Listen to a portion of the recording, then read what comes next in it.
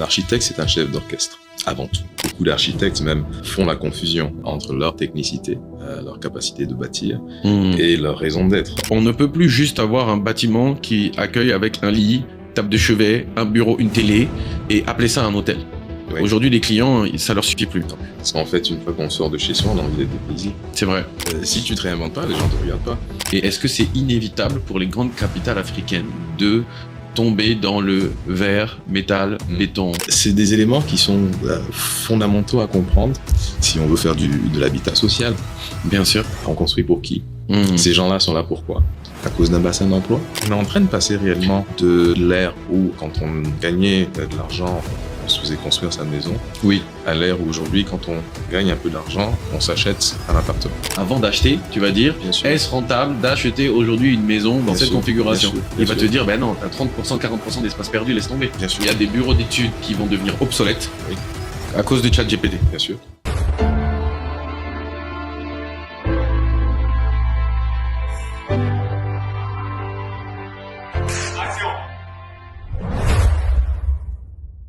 Bonjour à toutes, bonjour à tous, bienvenue dans un nouvel épisode d'Immobilier d'Afrique, votre podcast dédié au secteur de l'immobilier sur notre cher continent africain. Aujourd'hui, nous nous trouvons en Côte d'Ivoire. J'ai l'immense plaisir et honneur de recevoir Monsieur Issa Diabaté, grand architecte qui a un parcours très impressionnant et avec qui nous allons parcourir les coulisses et le théâtre de la conception architecturale, l'urbanisme et l'immobilier dans son ensemble. Sans plus attendre, Issa, bonjour, comment tu vas? Bonjour Marc, très bien, merci.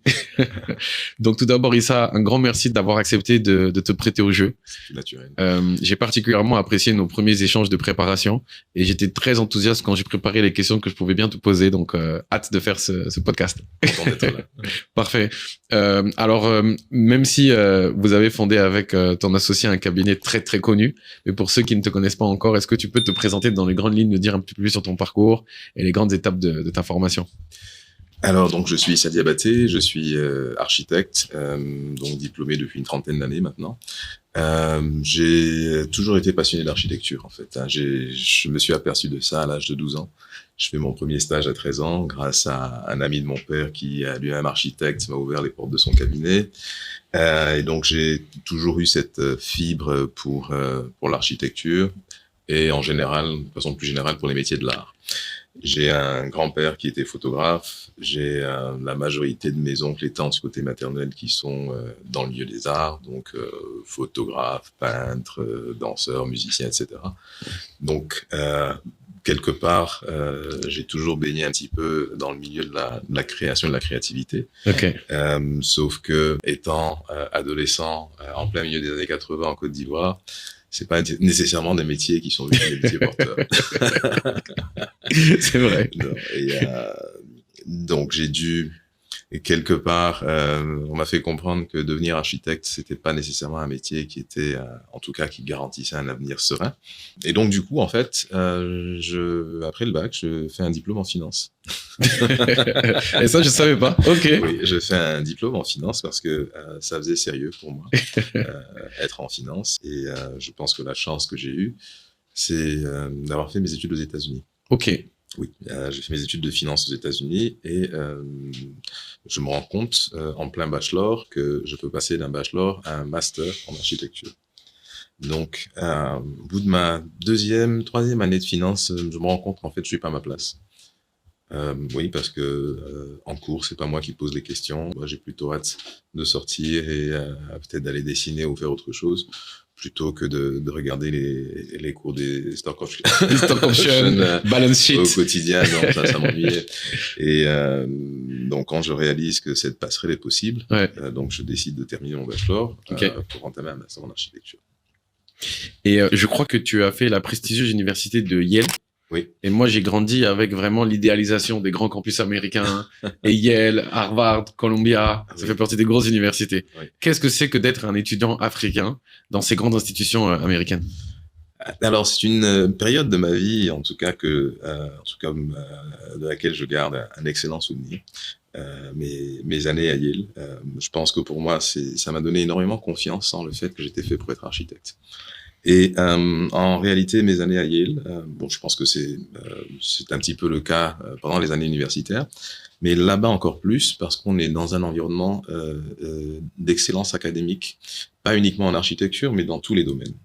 Donc, quand vous faites des amis, qu'ils soient en médecine, en histoire de l'art, en études sociologiques ou en droit, vous êtes tout le temps confronté à des gens qui sont issus d'une excellence académique.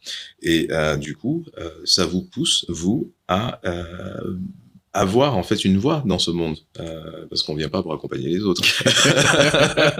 C'est pas pour être deuxième ou troisième, non, c'est c'est ça? pas pour être deuxième ou troisième. Et effectivement, c'est une période où j'ai compris que si je voulais me distinguer dans cet environnement, il fallait fondamentalement que je sois qui je suis et que je porte ma culture, donc dans ma façon de faire, dans ma façon de voir et dans ma façon d'être aussi parmi les autres.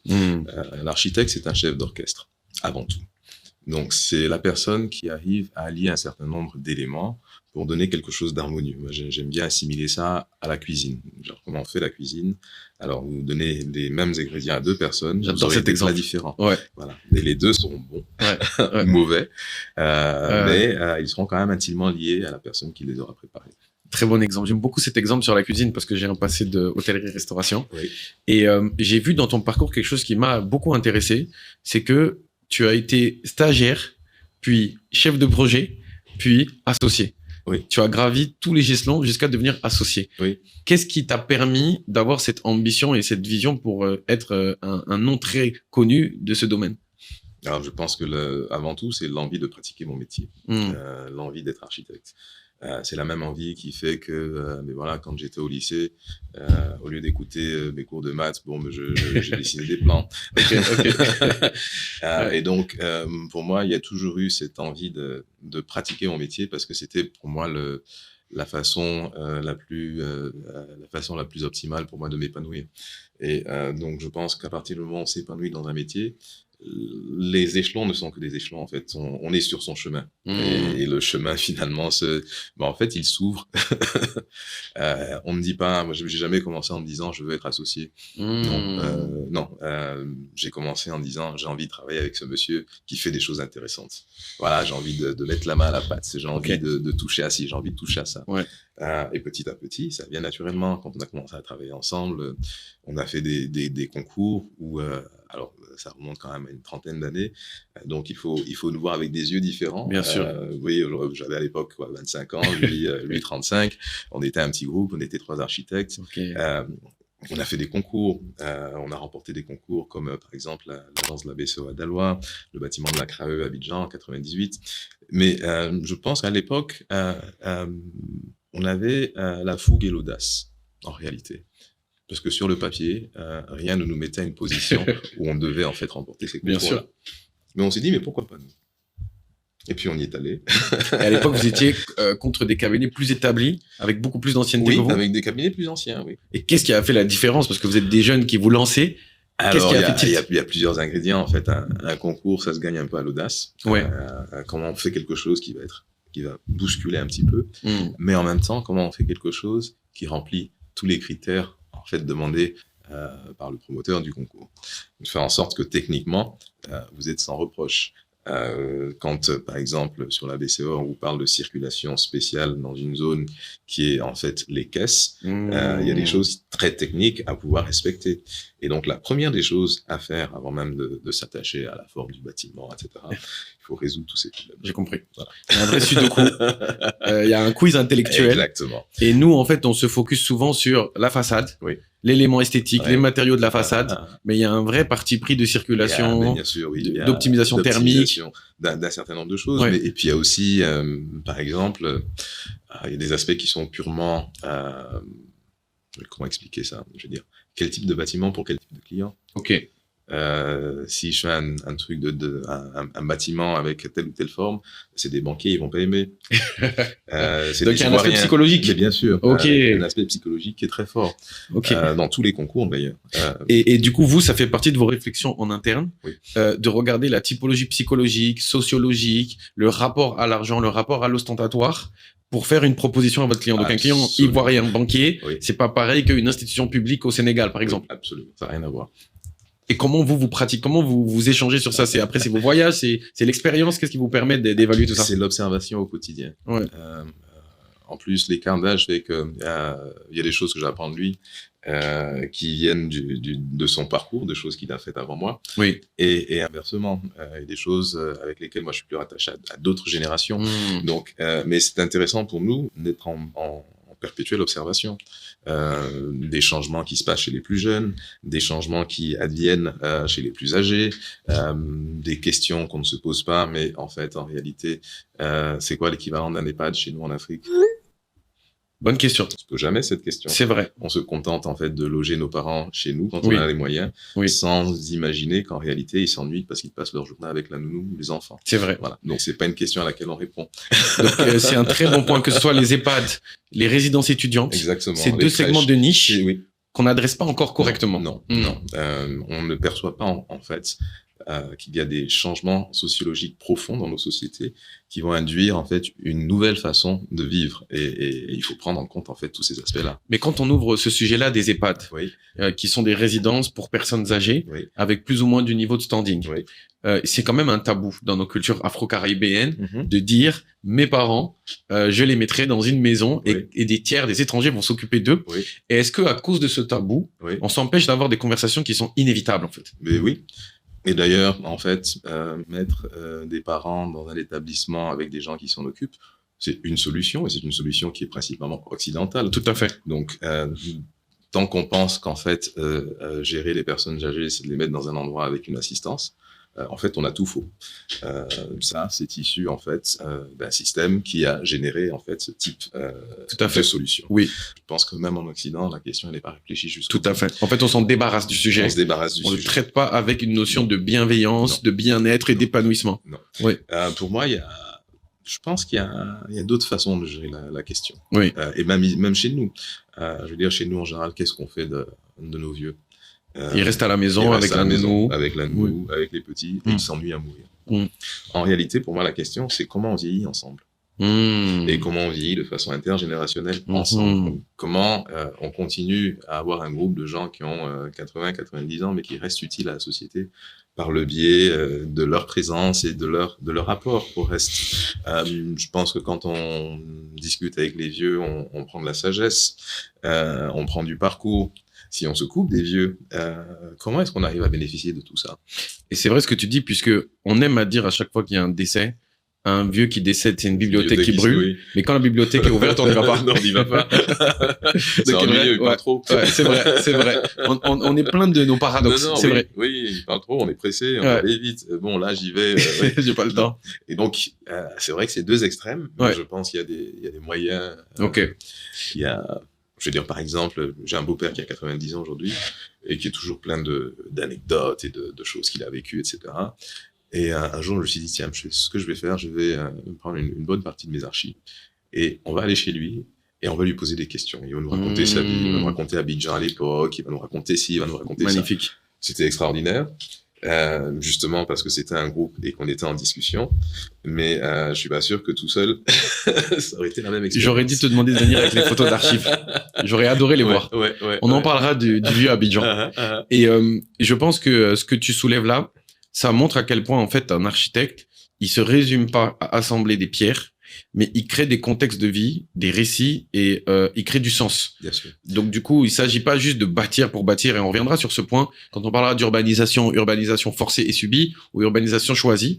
Mais retenons déjà là que votre architecte, ou le cabinet d'architecte que vous allez utiliser, il faut l'impliquer dans le storytelling, dans l'histoire, dans le récit, et non pas que dans la pierre, en fait. Oui. C'est pas toujours évident. Des fois, nos histoires, on se les raconte à nous-mêmes. Elles n'intéressent pas nos clients. C'est vrai. Oui, mais il faut qu'il y ait une histoire. Faut qu'il y ait une histoire. Autrement, c'est pas drôle. Et ça, c'est vraiment quelque chose qui, par exemple, je prends l'exemple de l'hôtellerie, où on ne peut plus juste avoir un bâtiment qui accueille avec un lit, table de chevet, un bureau, une télé, et appeler ça un hôtel. Ouais. Aujourd'hui, les clients, ça leur suffit plus. Non. Si tu racontes pas une histoire, si tu réhabilites pas un vieux couvent, si tu réhabilites pas une vieille mairie, quelque chose qui a une vraie histoire, il y a pas d'âme. Mais oui. Il y a pas d'intérêt presque. Mais oui. Parce qu'en fait, une fois qu'on sort de chez soi, on a envie d'être dépaysé. C'est vrai. Si c'est pour dormir, j'ai chez moi déjà. Bah oui, exactement. Effectivement. D'où le fait aussi que dans la location courte durée aujourd'hui, qui prend beaucoup d'importance dans nos paysages, dans toutes les villes du monde, bah, ceux qui s'en sortent le mieux, c'est ceux qui créent des décors avec une vraie personnalité. Donc, est-ce que tu dirais que en Afrique aussi, même si on peut pas généraliser l'Afrique comme une zone parce qu'elle est très éclectique, mais dans les zones que tu maîtrises, il y a un rapport à l'authenticité, un retour à l'essentiel, et le luxe ne se pratique plus comme avant avec de l'or, du diamant, des lustres, beaucoup de moulures. Il y a un vrai côté d'authenticité dans le luxe aujourd'hui. De plus en plus, oui. Ouais. Oui, de plus en plus, c'est des produits qui sont exceptionnels. Au Sénégal, il y a des choses qui sont assez exceptionnelles. Oui, dans certaines zones du sud-est, la Côte d'Ivoire aussi, du sud-ouest aussi. Oui, en fait, sur l'ensemble du continent, on commence à trouver, en fait, dans les pays, des offres qui sont dimensionnées de cette façon-là. Et il y a un sujet que j'aime bien aborder, c'est la notion de reset conceptuel. C'est-à-dire quand on fait une formation ou qu'on va dans une entreprise et qu'on apprend quelque chose de nouveau qui vient complètement briser ce qu'on croyait. Donc toi, quand tu t'es formé dans l'architecture, est-ce que tu te souviens de quelque chose que tu as appris sur le bâtiment, sur la construction, sur la conception, qui a révolutionné? Tu t'es dit, bon, déjà, je suis fait pour ça, et 2, cette partie-là de mon métier me fascinera. Oh, il y en a eu beaucoup. Ouais. Vas-y, c'est conceptuel. Déjà, d'une façon générale, je dis souvent que j'ai mis 15 ans à désapprendre ce que j'ai appris à l'école pour pouvoir le déconstruire, le reconstruire à nouveau, avec justement des pierres qui font partie de mon environnement, des pierres qui sont à proximité. Et donc, ça déjà, c'est une démarche où on va faire face à pas mal de reset conceptuels. Il y en a un que j'aime bien raconter, que je raconte souvent, c'est mon aventure dans les quartiers dits précaires à la périphérie d'Abidjan. Ok. Oui, où en fait, avec un groupe de jeunes étudiants, on va pour faire un petit peu d'exploration urbaine et d'essayer de proposer des choses qui permettent de fluidifier l'urbanisme, sur une méthodologie de l'Union internationale des architectes, sur les villes intermédiaires, en fait, bon, des sujets qui, on va dire, il y a une certaine identité internationale. Ouais. Mais là, on va les mettre face à un challenge local.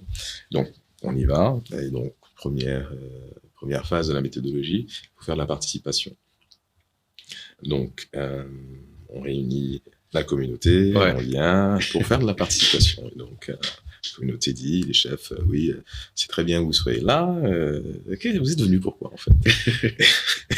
Et on explique, qu'on vient faire on est architectes, on vient penser à nouveau leur espace, etc. Et avec un petit sourire en coin, ils nous disent, c'est très bien, mais est-ce que vous savez que vous ne pouvez pas construire pour nous? Comment ça, on ne peut pas construire pour vous? Notre métier, c'est d'être architecte. Mais vous ne pouvez pas construire pour nous. Expliquez-nous pourquoi est-ce qu'on ne peut pas construire pour vous. Mais quelque part, sans le dire, vous êtes drôle, vous ne connaissez pas notre culture, vous ne savez pas comment on vit, vous ne connaissez pas nos moyens, vous ne savez pas comment on fonctionne, vous ne connaissez même pas notre gouvernance, et vous voulez construire pour nous. Se retrouver un peu un peu désorienté. Et donc, la première chose qu'on fait, c'est de les suivre et de rentrer à l'intérieur du quartier pour comprendre, en fait, comment ça fonctionne. Et en fait, il y a des chefs par ethnie, des chefs par pays, des chefs, des associations de femmes, des associations de jeunes, ils font du compost, ils font de l'agriculture urbaine, ils font tout un tas de trucs. Et en réalité, ils ont déjà leur structure sociologique et sociale, en fait. C'est juste que quand on la voyait de l'extérieur, comme on la comprend pas dans nos canevas, on pense qu'il n'y a rien, ou que c'est désorganisé. C'est ça. Oui, premier reset, on projette nos désirs, nos visions sur la vie des autres. On comprend pas, en fait, qu'il y a des gens qui vivent là par choix. Et une dame, en fait, elle vit là, parce que quand elle va travailler, si elle est nounou, il y a quelqu'un qui surveille ses enfants. Oui, parce que c'est une organisation à l'horizontale, comme dans un village. Et donc, c'est des éléments qui sont fondamentaux à comprendre si on veut faire de l'habitat social. Bien sûr. On construit pour qui? Ces gens-là sont là pourquoi? À cause d'un bassin d'emploi qui est à proximité? Est-ce que c'est l'endroit où ils se projettent à terme? Est-ce que c'est leur maison ou est-ce que c'est un outil qu'ils utilisent pour aller travailler? Non, mais c'est un point. Ce reset-là, il me plaît particulièrement. Parce que ouvrons le chapitre des logements sociaux maintenant. Oui. Moi, je suis né et j'ai grandi dans les quartiers populaires d'Île-de-France. Donc Clichy-sous-Bois, en 93, Villepinte, Saint-Denis. Et donc du coup, j'ai connu ce qu'on appelle le phénomène de ghettoisation, avec des très grandes tours où on t'assemble. Voilà, t'as une cave en bas, un petit hall d'entrée, pas trop d'endroits pour jouer. Et puis jouer, c'est juste descendre en bas et rien faire. Quoi. Et on trouve que ce phénomène-là, si tu fais que des tours verticales en acier, ben, la conséquence, c'est que c'est pas utilisable. Il n'y a pas une vertu de vie, d'épanouissement. Donc, quand on parle de logements sociaux, là, tu viens de nous éclairer aussi sur le fait que c'est pas que de loger.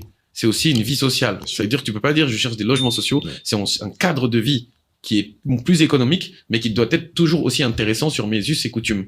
Et donc aujourd'hui, ce que tu dis, entre guillemets, c'est que demain, dans les logements sociaux, je dois avoir cette vie communautaire qui est intégrée à 100%. On peut pas être juste des bâtiments, des lits, des chambres et des salons, et c'est tout. Déjà, même avant ça, à quoi correspond le logement pour une bonne catégorie de la population? Tout à fait. Bien adapté. C'est ça. Si c'est par exemple, il y a des exemples à Abidjan où il y a eu des quartiers qui ont été déguerpis et les gens étaient relogés plus loin dans l'habitat dur. Oui. Mais trop loin. Qu'est-ce qu'ils font?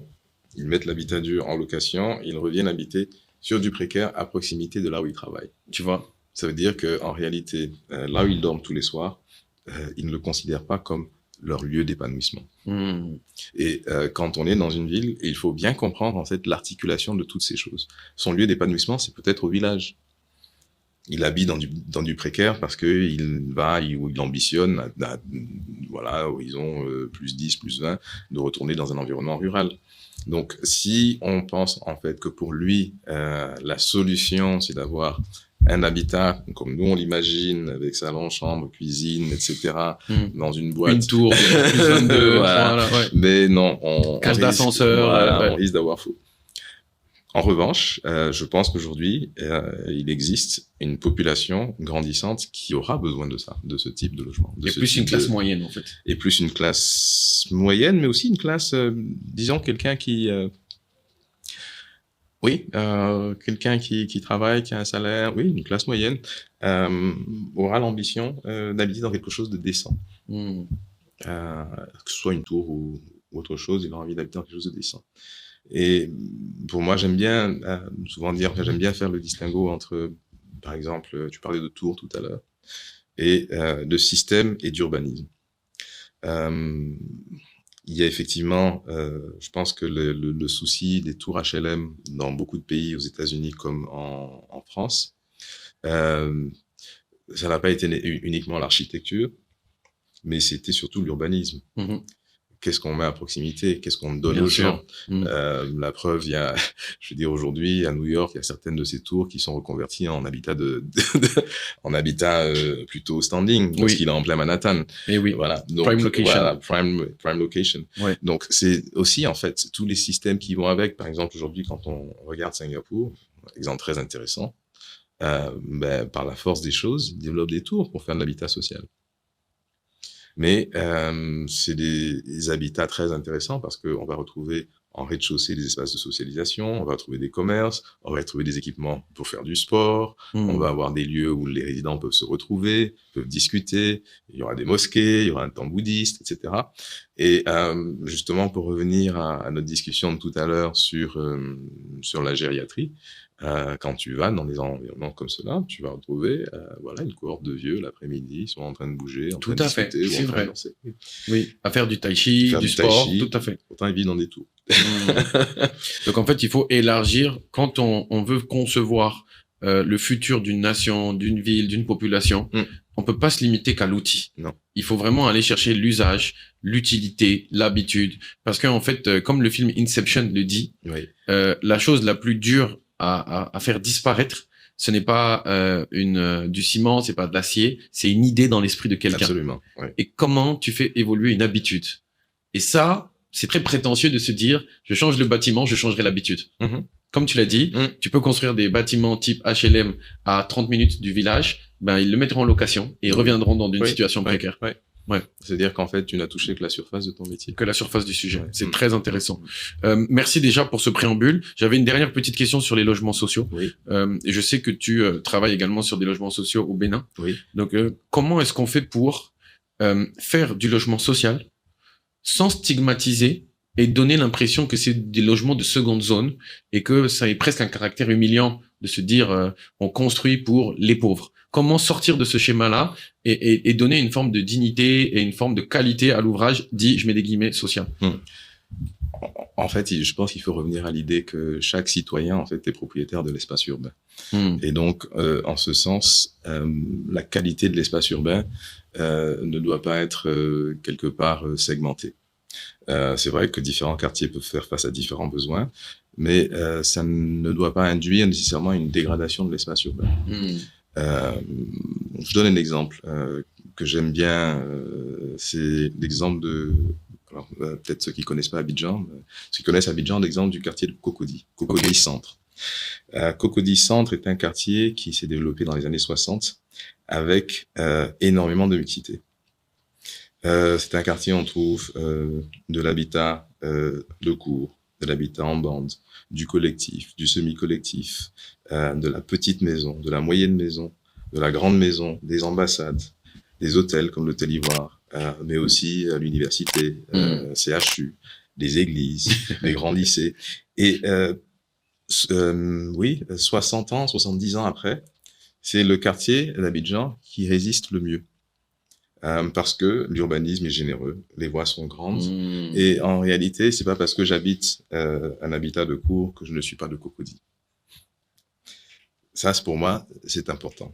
Et pour ça, c'est vrai qu'il y a un autre exemple qui, pour moi, est fabuleux à Abidjan, c'est Yopougon. Oui. Yopougon, dans son jus, à sa manière, est un quartier qui attire énormément. C'est-à-dire que les gens une bonne population, en tout cas la majorité des gens qui vivent à Yopougon, ils vivent par choix, pas par défaut. Donc c'est intéressant aussi de regarder ces phénomènes-là pour voir dans quelle direction est-ce qu'on peut orienter notre urbanisme. Je dirais à Yopougon, j'adore Yopougon parce que c'est le quartier de la fête, de la vie, population relativement jeune, et donc il y a une forme d'énergie là-bas qui va attirer. Et ça, c'est intangible en fait. C'est intangible. Dans toutes les villes, on sait en fait. Ouais. Chaque ville, au-delà de sa part de béton, de verre, d'acier, de moulure, et en fait, il y a une part de... Quand tu vas à Barcelone, tu as un ressenti. Oui. Quand tu vas à Accra, tu as une énergie. Tu Bien vas à sûr. Lagos, tu as une énergie. Dakar, Abidjan. Oui, et en fait, vous, les architectes, est-ce que vous, quand vous êtes amenés à construire plusieurs édifices d'un même quartier, d'une même ville, est-ce que vous êtes aussi architecte de cette énergie, du non palpable, de l'ambiance? Est-ce que vous y pensez aussi? Par défaut, oui. Déjà, en faisant un ouvrage qui est adapté au lieu, quelque part, tu réponds à l'énergie du lieu. Et j'aimerais évoquer un point de la vie des architectes que ceux qui sont pas dans l'immobilier ne connaissent pas. Oui. C'est les concours. Oui. Voilà, en des termes très basiques et pour le commun des mortels. Oui. Quand vous dites, vous les archis, je réponds à un concours, j'ai participé à un concours. Bon, c'est pas les concours comme nous on voit, concours d'art ou autres qu'on pourrait croire. Qu'est-ce que c'est? À quoi ça correspond? Un concours, c'est pour les architectes le moyen privilégié en fait de choisir un projet. Et alors c'est une pratique qui, je pense, va tendre à disparaître avec la façon dont les choses évoluent, mais qui a eu en tout cas et qui a toujours pour effet de mettre les architectes en concurrence. Voilà. Et donc, on estime, nous les architectes, que la mise en concurrence est le meilleur moyen de donner du soi. Et de stimuler le meilleur. De pouvoir stimuler le meilleur et d'être en fait confronté à ses pairs. Donc un concours, alors il y a plusieurs types de concours, il y a concours d'idées, concours projets, etc., à différentes étapes, où en réalité un maître d'ouvrage va demander à une assistance, quelqu'un qui est fait pour ça. Voilà, par exemple, j'ai envie de construire un siège ou j'ai envie de faire un hôpital. Et cette assistance, en fait, va faire une programmation qui tient compte à la fois des envies du maître d'ouvrage, donc celui qui commandite le projet, ses envies d'un point de vue pratique, fonctionnel. En fait, le bâtiment sert à quoi?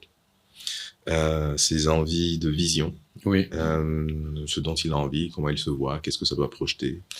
Peut-être ses envies sur l'écologie, sur la mobilité, sur la sécurité. Et donc cette assistance va préparer en fait un concours qui va en fait dire à tous les architectes, voilà ce que demande le maître d'ouvrage, voilà ce qu'il aimerait, voilà ce que ça doit représenter, et voilà le programme. Un hôpital, ça fonctionne comme ça, comme ci, comme ci, comme ça. On ne fait pas ce qu'on veut dans un hôpital. Il y a des sas, il y a des ou une banque, ça fonctionne comme ci, comme ça. Donc, vous intégrez en fait tous ces éléments dans votre programmation, tout en pensant également aux aspects visuels, physiques, matériels du bâtiment. Et en fait, en réalité, le rôle de l'architecte, en fait, c'est de naviguer en permanence entre tous ces sujets. Déjà, comme on disait tout à l'heure, quand on va vouloir répondre à un concours, qui est mon client? C'est pas pareil si c'est la CIE, enfin la compagnie ivoirienne d'électricité, ou si c'est Coca-Cola. Bien sûr. Ou si c'est une ONG. Ou une ambassade. Ou une ambassade. Voilà. Rien à voir. Il est situé où, géographiquement? Où se trouve le site? Dans quel quartier? Quelle ambiance? Est-ce que c'est l'endroit idéal? Les trafics, l'urbanisme, l'orientation. Et ensuite, à partir de ces éléments-là, on peut commencer à penser à l'image. Bien sûr. Qui, elle aussi, est liée à tous ces éléments. On n'envoie pas le même message quand on fait une façade entièrement vitrée exposée au soleil que quand on met une façade avec un claustrade devant ou protégé par la végétation. En fait, c'est pas du tout la même chose, c'est pas le même signal qu'on envoie. Et quand les architectes vous répondez à ces concours, est-ce que vous êtes rémunéré pour le temps que vous consacrez? Parce que pour vous, le temps, c'est de l'argent. Hein. C'est des hommes et des femmes qui sont au boulot, c'est des taux horaires. Donc, est-ce que vous êtes rémunéré ou vous le faites gratuitement en espérant gagner le concours? Alors, ça dépend du concours. Chaque concours a son règlement. Ok. Et donc, en général, les maîtres d'ouvrage sérieux rémunèrent les 3 premiers. Ah. Oui. En général, le premier prend l'affaire, le deuxième a une prime et le troisième a une prime inférieure à celle du deuxième. Très intéressant. Donc, en général, un concours sérieux, ça se passe comme ça. Après, il peut se passer des concours qui sont ouverts, où il n'y a aucune rémunération. Et tout le monde peut... Voilà, il y a des concours à plusieurs tours. Donc il peut y avoir un mix. Oui, donc on fait un concours avec un premier tour. Donc vous pouvez passer de 15 à 3. Ok. Et puis une deuxième phase du concours, vous êtes 3. Est-ce que ça existe que des cabinets d'architectes sont sélectionnés à 2 et sont amenés à collaborer ensemble? Est-ce qu'il y a des joint ventures comme ça quand le maître d'ouvrage le demande? Ça arrive, oui. Quand le maître d'ouvrage le demande. Quand il exige. Oui. Et juste pour rappeler à ceux qui nous écoutent, quand on dit maître d'ouvrage, de manière grossière, hein, c'est le client. Le client. Voilà. Donc, si un hôpital veut construire une extension, si une chaîne d'hôtels veut construire un autre hôtel, le maître d'ouvrage, c'est le client. C'est ça. Voilà, pour résumer. Oui. Dernière question sur ces concours. Est-ce que vous avez la main pour ensuite challenger la programmation qu'on vous propose, la contester et expliquer que, voilà, on a vu dans votre concours qu'il y avait des éléments qui n'étaient pas très cohérents. Ouais. Est-ce que c'est possible ou pas du tout? En réalité, il faut apprendre à répondre au concours. Ok. Voilà. Il y a plusieurs stratégies. En général, les bons concours vont ouvrir une liste de questions au départ. Et donc, vous pouvez poser vos questions et les questions sont ouvertes. Donc, tous les participants voient les questions et les réponses de chacun. Très bien. Voilà. Donc, ça permet en fait de partir sur une base. Après, il y a des éléments que vous allez challenger une fois que vous aurez remporté le concours. Avant, vous allez vous exposer en fait une image de non coopératif. Une image de non coopérative et ça va pas être productif dans tous les cas. Okay. Et en réalité, le maître d'ouvrage, c'est-à-dire le client, peut vous dire, si mon concours ne te plaît pas, tu es pas obligé d'y participer.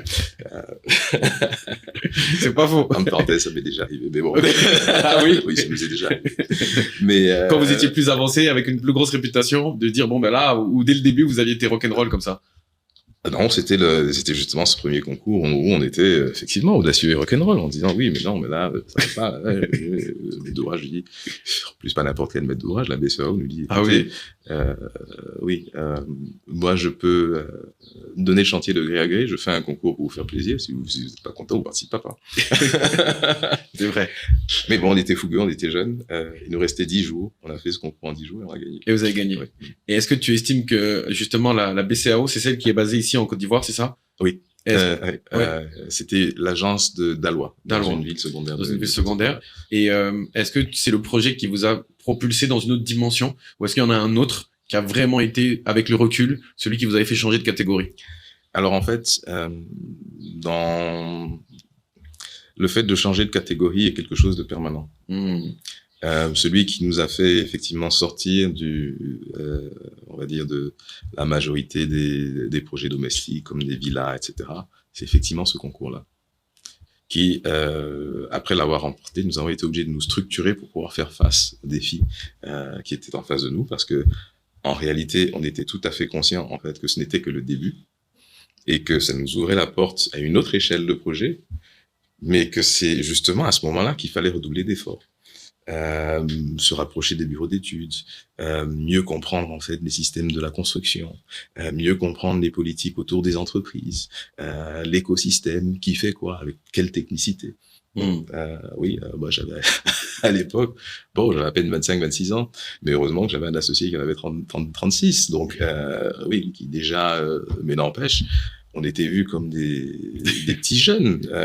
Qui bousculaient les codes, en fait. Oui, quand on a remporté ce concours, qu'on a commencé à construire, je me souviens d'un épisode où on avait une partie du bâtiment avec un revêtement bleu. Et le gouverneur de la BCAO, Charles Bani, paix à son âme, un jour passe devant et voit cette grande surface bleue sur son bâtiment qui doit être une banque, qui pousse une gueulante et qui appelle ses équipes. Et c'est quoi ces architectes yéyés? Et c'est intéressant aussi par rapport au métier parce que c'est des grands moments de résistance. C'est des grands moments où vous êtes jeune, vous êtes face à un rouleau compresseur en face de vous. Si vous cédez, vous êtes mort. Et donc, il va falloir se battre pour convaincre. Avoir les bons arguments. C'est ça. Ce n'est pas fini. Il faut attendre quand on voit tout, etc. Quand tout est fini, faites-moi confiance. Les commandes sont déjà engagées. Et puis, à la fin, on aime bien. Voilà, on aime bien. Donc, en fait, tu peux jamais évaluer le livre de l'écrivain alors qu'il est en train d'écrire la moitié. Mais non, l'écrivain, il connaît la fin. C'est vrai. Non, c'est un très bon point sur l'audace que tu mentionnes et je trouve ça très intéressant. Et là, tu parles un peu de la personnalité de l'architecte. Oui. Il y a des professions comme architecte, je dirais médecin, je dirais même avocat, où elles sont connues, même à travers les grandes séries télévisées, pour avoir beaucoup d'ego, beaucoup de personnalité. Si on fait l'état des architectes, on sait que, et j'ai l'architecte dans mon équipe que je salue, Rudy, qui aime à dire que l'immeuble est aussi un symbole de puissance et un symbole, c'est un message pour l'architecte. Est-ce que, déjà, jusqu'où ça va, toi, dans ta profession d'architecte, jusqu'où cette notion d'ego, elle va? Et est-ce qu'elle va jusqu'à cette notion de dire, je suis prêt à travailler gratuitement pour un immeuble qui va faire date et qui va rester dans l'histoire pour une zone. Parle-nous de cet aspect personnalité. Oui, ça c'est un petit peu le côté qui flatte les architectes en fait, l'idée de bâtir quelque chose qui leur survit, de faire quelque chose qui a une importance qui va au-delà de leur petite personne. La postérité. La postérité, mais tous les bâtisseurs sont comme ça. C'est vrai. Il y a une dimension d'ego dans l'immobilier, dans le fait de bâtir, il faut pas le minimiser. Et d'ailleurs, les bâtisseurs travaillent avec des architectes qui travaillent avec des constructeurs, parce que tout ça en fait forme l'acte de bâtir. Donc effectivement, ça va avec l'ego qui vient quand on est amené en fait à réfléchir, à imaginer, à concevoir pour les autres. C'est une ligne qui peut être très dangereuse en réalité. Et le bon architecte, c'est pas celui qui n'a pas d'ego, c'est celui qui remet son ego en question, mais de façon permanente. Et ça, c'est encore possible quand on est un grand nom et qu'on a un cabinet où Kofi Diabaté, tu vas au Bénin, tu vas au Sénégal, tu vas en Côte d'Ivoire, au Guinée, c'est connu. Et avec un nom comme ça, est-ce qu'on arrive toujours à mettre son ego de côté en se disant, je me réinvente? Est-ce qu'on est capable de faire ça? En fait, on est ça parce qu'on passe son temps à se réinventer. Donc il faut le voir à l'inverse. Oui, il faut le voir à l'inverse. Tout à fait. Si tu te réinventes pas, les gens te regardent pas. Tu fais la même chose que tu faisais il y a 30 ans. Il y a 30 ans. Pourquoi est-ce que tu... C'est vrai. Non, et c'est une question qui est importante parce que au bout d'un moment, se réinventer, c'est transmettre. Tout à fait. Et les grands champions te diront toujours, et même les grands entraîneurs disent, ceux qui sont les plus durs à entraîner, c'est pas les grands champions. Les Federer, les Lionel Messi, les Michael Jordan, parce qu'ils ont une soif de se dépasser. Ceux qui sont plus durs à entraîner, c'est ceux qui se reposent sur leur acquis, qui sont des moitiés de champions, et qui estiment qu'ils n'ont rien à apprendre. Bien sûr. Bien sûr. Point très intéressant. Et je veux faire juste une petite page d'histoire. Tu mentionnes la BCAO, la succursale que vous avez faite. Tu peux juste me dire c'était en quelle année à peu près? Quelle période? Le concours était lancé en 1996. Donc en 96. Je vais poser une question qui paraît peut-être naïve, mais c'est quoi les outils de conception dans les années 90? Parce que je crois pas qu'on va sur ChatGPT. Je crois pas qu'on fait des moodboards avec des logiciels. Non. Comment on s'y prend? Non, c'est très marrant. C'est papier crayon? Oui, c'est papier crayon. Déjà, j'ai fini mes études en 95. Et en 95, bon, on était tous à la main. On a fait tout. Oui, tout était. Il y avait un ordinateur qui traînait avec une imprimante. On rendait pas nos projets avec ça. Et en plus, ça traçait que des lignes. Bon, c'était en 96. Et donc, avant de rentrer, moi, j'avais fait un stage déjà avec Guillaume. Et donc, je lui ai dit, je finis l'année prochaine. Il m'a dit, bah, si ça t'intéresse, viens l'année prochaine. On commence à travailler ensemble. Donc, moi, je savais en fait où j'allais après mon diplôme. Et il me dit, écoute, ce serait bien que tu fasses une formation sur AutoCAD. Ok. On vient d'acquérir un ordinateur à l'agence. Et bon, voilà, donc on va commencer à... Et donc, je fais ma formation AutoCAD et j'ai introduit à l'agence justement le passage au numérique. Mais à l'époque, il y avait quoi? Il y avait un ordinateur, il y avait dans un coin, à la limite deux, on en achetait un deuxième. Et je forme en fait le coursier de l'agence qui s'est intéressé à ça, qui quelques années après est devenu chef de la production archi chez nous. Une histoire assez incroyable. Un coursier qui devient chef de la prod. Voilà. Ok. Ouais, donc les traceurs, en fait, ça n'imprimait pas comme ça, mais il y avait des espèces de stylos où on remplissait avec l'encre. Ok. Et donc le tambour tournait devant, derrière, et le stylo, voilà. J'ai déjà vu ça. Comme un peu les électrocardiogrammes pour le cœur, non? Exactement. Ok. Ça. Ouais. Sauf qu'à moitié du dessin, en fait, le papier se déchire parce que la pointe allait trop fort. Voilà. mais j'arrive pas à m'imaginer le temps que ça peut prendre pour sortir les plans à la main d'une tour de 20 étages ou de 10 étages. Comment tu t'y prends, en fait? Tu passes combien de temps à faire ça? Tu as d'autres outils. Oui. Tu as des outils, bon, déjà, tu vas tracer. C'est un tracé que tu fais à la main, c'est du dessin industriel. Et ensuite, tu vas avoir des outils où tu peux photocopier sur calque à grande échelle, où tu peux gratter, changer des choses d'un niveau à un autre, corriger pour faire des plans d'exécution, en fait. Oui, à l'époque, c'est comme ça que ça se faisait. Et je t'en prie, vas-y. Je veux dire que même pour rendre un concours, c'était un peu pareil. Je veux dire, on a tout gratté à la main. Quand on fait des façades, on met des ombres à la main, on les remplit au noir, à l'encre, etc. Et d'une certaine manière, est-ce qu'avoir connu cette époque, oui, tu estimes qu'aujourd'hui, dans ta vision du monde d'architecte, oui, tu as des atouts en plus, tu as une vision en plus d'avoir connu cette époque-là par rapport à une personne qui a juste connu l'époque très numérisée, en fait? Bah oui. Bien sûr. Donne-nous pour nous qui n'avons pas connu ça, donne-nous un exemple de ce que toi, tu peux voir plus quelque facilement. chose d'assez, la lecture des proportions. Ok. Voilà. Quand on dessine en 2 dimensions, ouais, on apprend beaucoup à dessiner avec proportion. Quand on dessine en 3 dimensions, c'est autre chose. Ok. Par exemple, la proportion, par exemple, sur un rectangle. Oui. Donc, quelle largeur par rapport à quelle longueur. Ok. Et donc, toutes les largeurs et toutes les longueurs n'ont pas la même esthétique. Ok. Et donc, il y a des esthétiques où tu vas vouloir quelque chose de plus allongé, plus horizontal. Et donc, tu vas travailler les proportions de ton bâtiment avec, justement, le fait de tirer ta proportion. Ok. Quand tu dessines en 2 dimensions, c'est plus facile, en fait, d'arriver à la bonne proportion. Quand tu dessines en 3 dimensions, c'est autre chose. Très intéressant. On essaiera de montrer le petit croquis à la fin. On fera le petit croquis ensemble, on le montrera. Très intéressant. À tous ceux qui justement ont pour projet de construire soit un immeuble, soit une maison, ou même de se lancer dans l'architecture ou dans l'immobilier, j'aimerais que Issa nous parcourt un peu les grandes étapes de conception d'un projet, que ce soit de la phase esquisse, de la phase APS, la phase APD, la phase pro et la phase DCE. Est-ce que tu peux, en des mots simples, pour un petit peu quelqu'un qui nous écoute, qui n'est pas du milieu de l'immobilier ou de l'architecture, nous dire à quoi servent chacune de ces étapes et qu'est-ce que veut dire ces acronymes aussi? D'accord. En réalité, un bon projet, ça se commence toujours par une feuille A4. Oui. Oui. Qu'est-ce que je veux faire et quel est mon budget? C'est impératif parce que si on commence dès le début à travailler ces équilibres, on peut avancer. Quand on se voile la face par rapport à ça, on arrive toujours à un moment où ça devient compliqué. Tout à fait. Et donc, par exemple, pour donner les étapes simples, quand je reçois un client ou quand j'ai un client, quelle que soit la nature du projet, c'est d'essayer de comprendre en fait ce dont il a besoin. Donc, partager avec lui en fait tous les aspects dont on a parlé sur la philosophie, sur l'image, sur le besoin, etc., de sorte à ce que j'arrive à cadrer un petit peu son besoin. Et assez rapidement, je lui ai demandé de me fournir une programmation.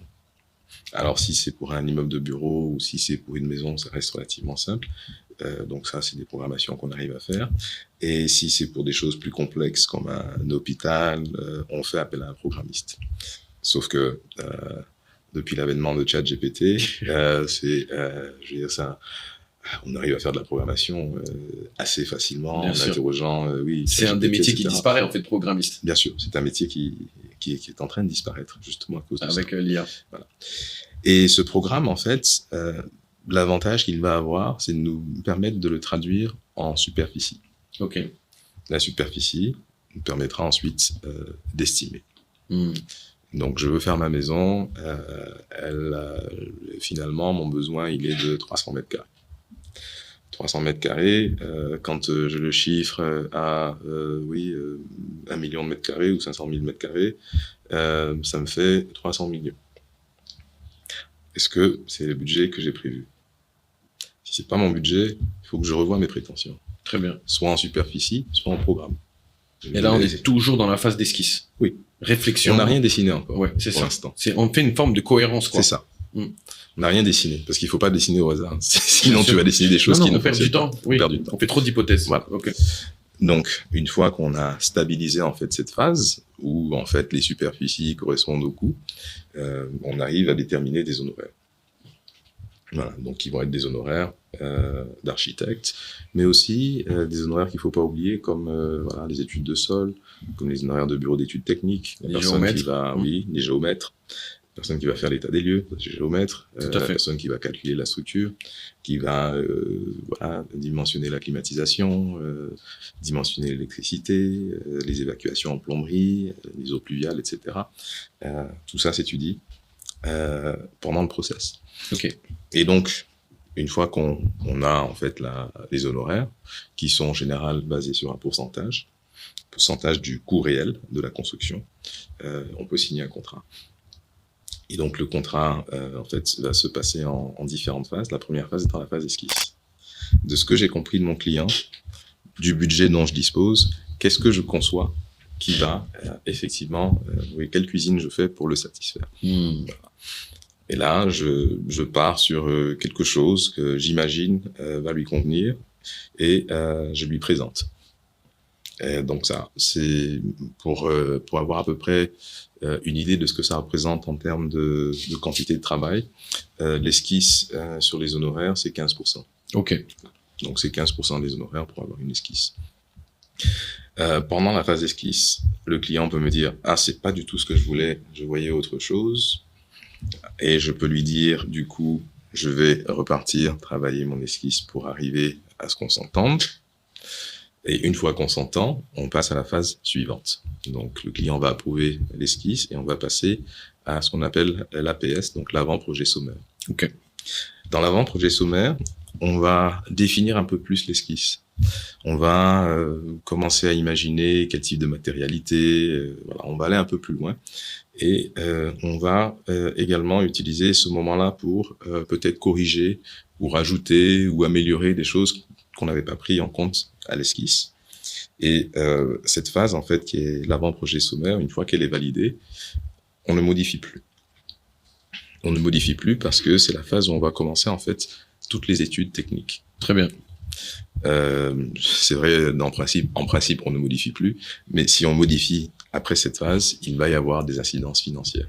C'est ça. Si je demande à mon ingénieur de changer telle pièce au niveau de la structure, lui, il va pas me le faire gratuitement. Oui. Voilà. Et donc, une fois qu'on a fini l'avant-projet sommaire, on passe à l'APD. Ok. Voilà. Donc, l'avant-projet définitif ou détaillé, qui, lui, en fait, va tout spécifier.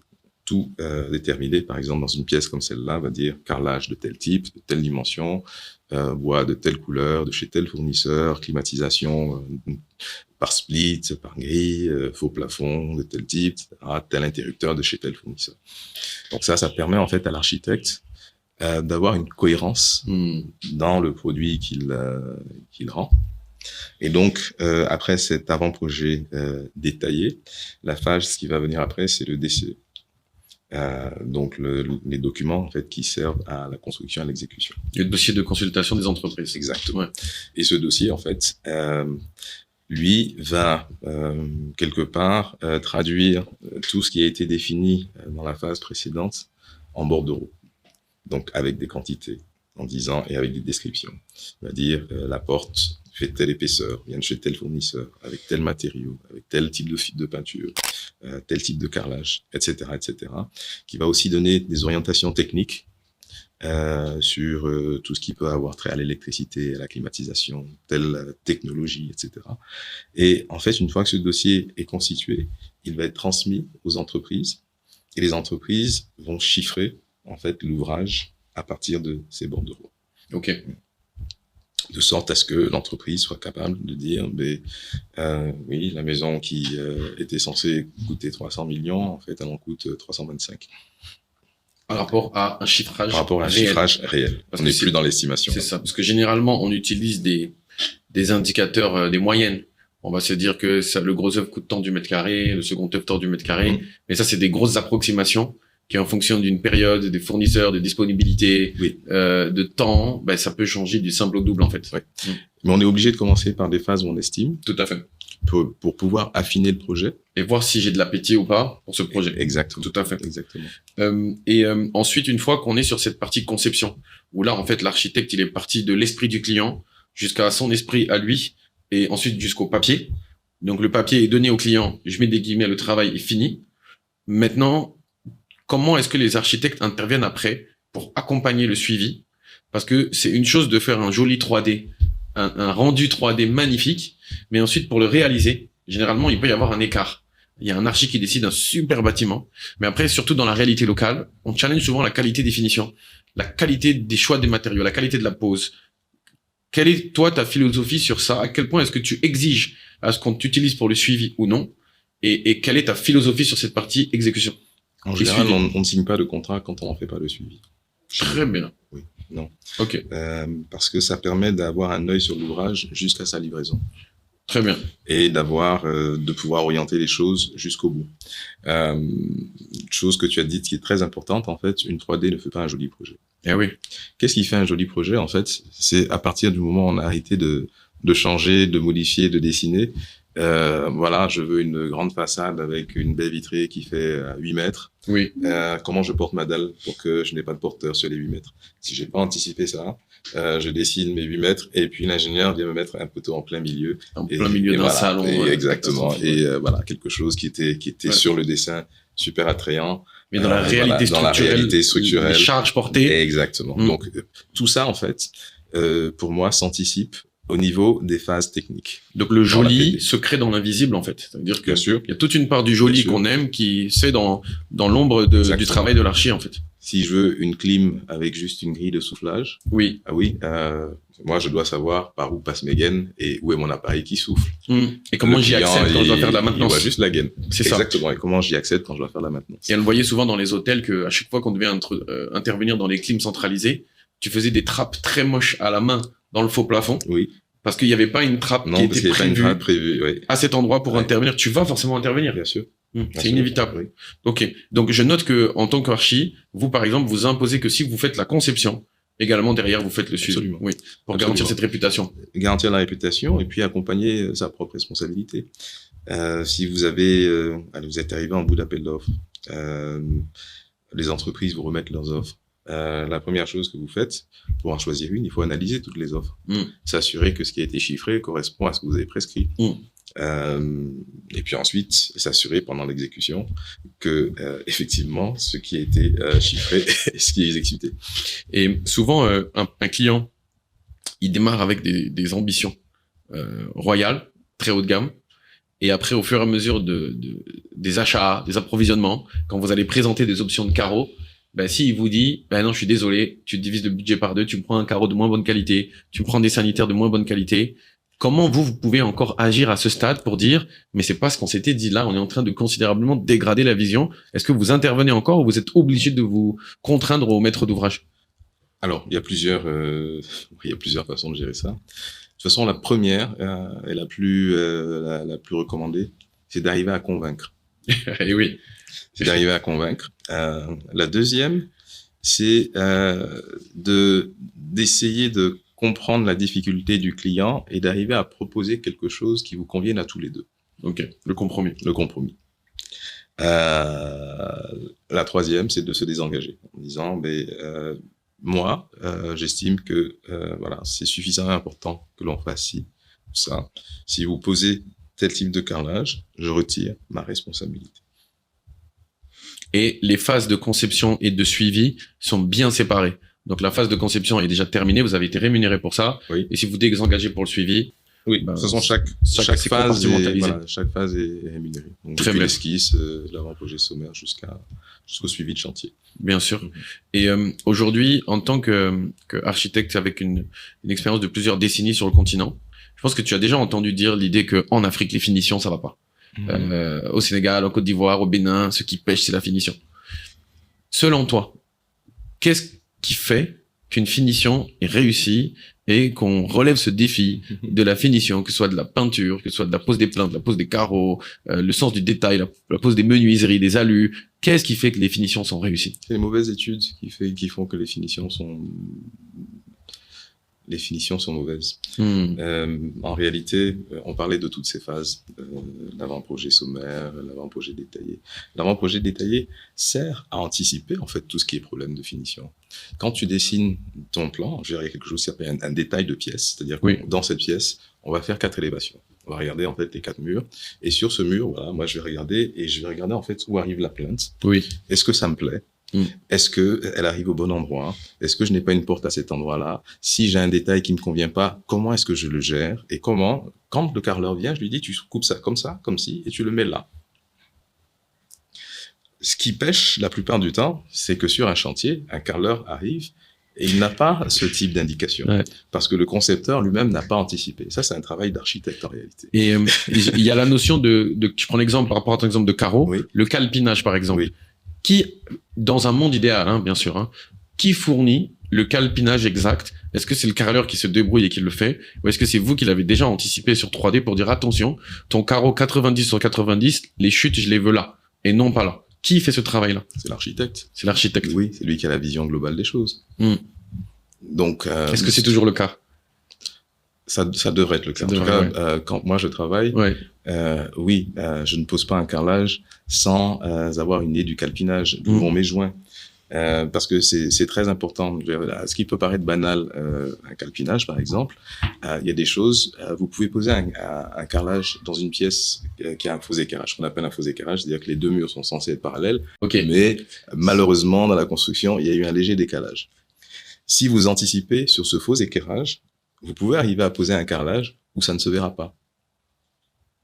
Mais si vous faites pas attention aux joints et que vous les mettez dans le mauvais sens et que vous arrivez à un joint qui est parallèle à l'autre mur et qui arrive à côté du mur qui est penché, la première chose qui saute aux yeux, ça saute aux yeux. Tout à fait. Donc c'est l'architecte qui doit anticiper en fait quand on l'implique dans le suivi. Parce que si on l'implique pas, l'architecte pour moi doit s'impliquer dans le suivi. Tout à fait. Enfin, c'est vrai, après, chaque architecte a sa philosophie.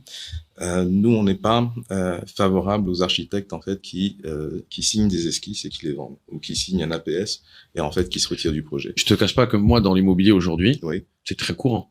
Ah oui. Des personnes qui ont des amis à l'étranger, en Belgique, en France, il y a un cousin architecte, il m'a fait mes plans, il m'a fait mon APS, mon APD, il te le donne, et il dit, j'ai un ami ingénieur sur place qui va me gérer les plans. Ça donne des catastrophes, en général. Et d'où, en fait, c'est une des raisons qui explique après les finitions qui sont pas à la hauteur de l'œil exigeant. Bien sûr, parce que même, par exemple, vous prescrivez un placard. Oui. Si vous n'avez pas donné la hauteur du placard, il va s'arrêter à une hauteur. En fait, vous n'avez pas anticipé en fait qu'il faut combler le haut. Et puis quand on comble, en fait, c'est parce que on bricole en fait. On bricole. Oui. Tout ça doit s'anticiper. Très bien. Donc en fait, l'exigence des finitions, finalement, elle se situe dans la qualité de l'anticipation et la conception. Ouais. En fait, souvent, on fait l'économie, on presse l'architecte, dépêche-toi, sors-moi les plans, je suis pressé, il faut que je commence. Mais on aurait tout intérêt à lui dire, prends ton temps. J'ai un bon carreleur, il va gérer. Il est bon, mais c'est ça. il est pas. Et en plus, une chose que les professionnels du carrelage ou des alus bois, menuiserie ou alus pour les fenêtres et vitrages, etc. vous diront, c'est que le bon matériau ne fait pas la bonne finition. Non. C'est que il y a des matériaux que tu prends du très haut de gamme, mais si c'est mal posé, en fait, tu auras l'impression d'avoir pris un carreau qui n'a pas de valeur, en fait. Ça n'a absolument rien à voir. Ouais.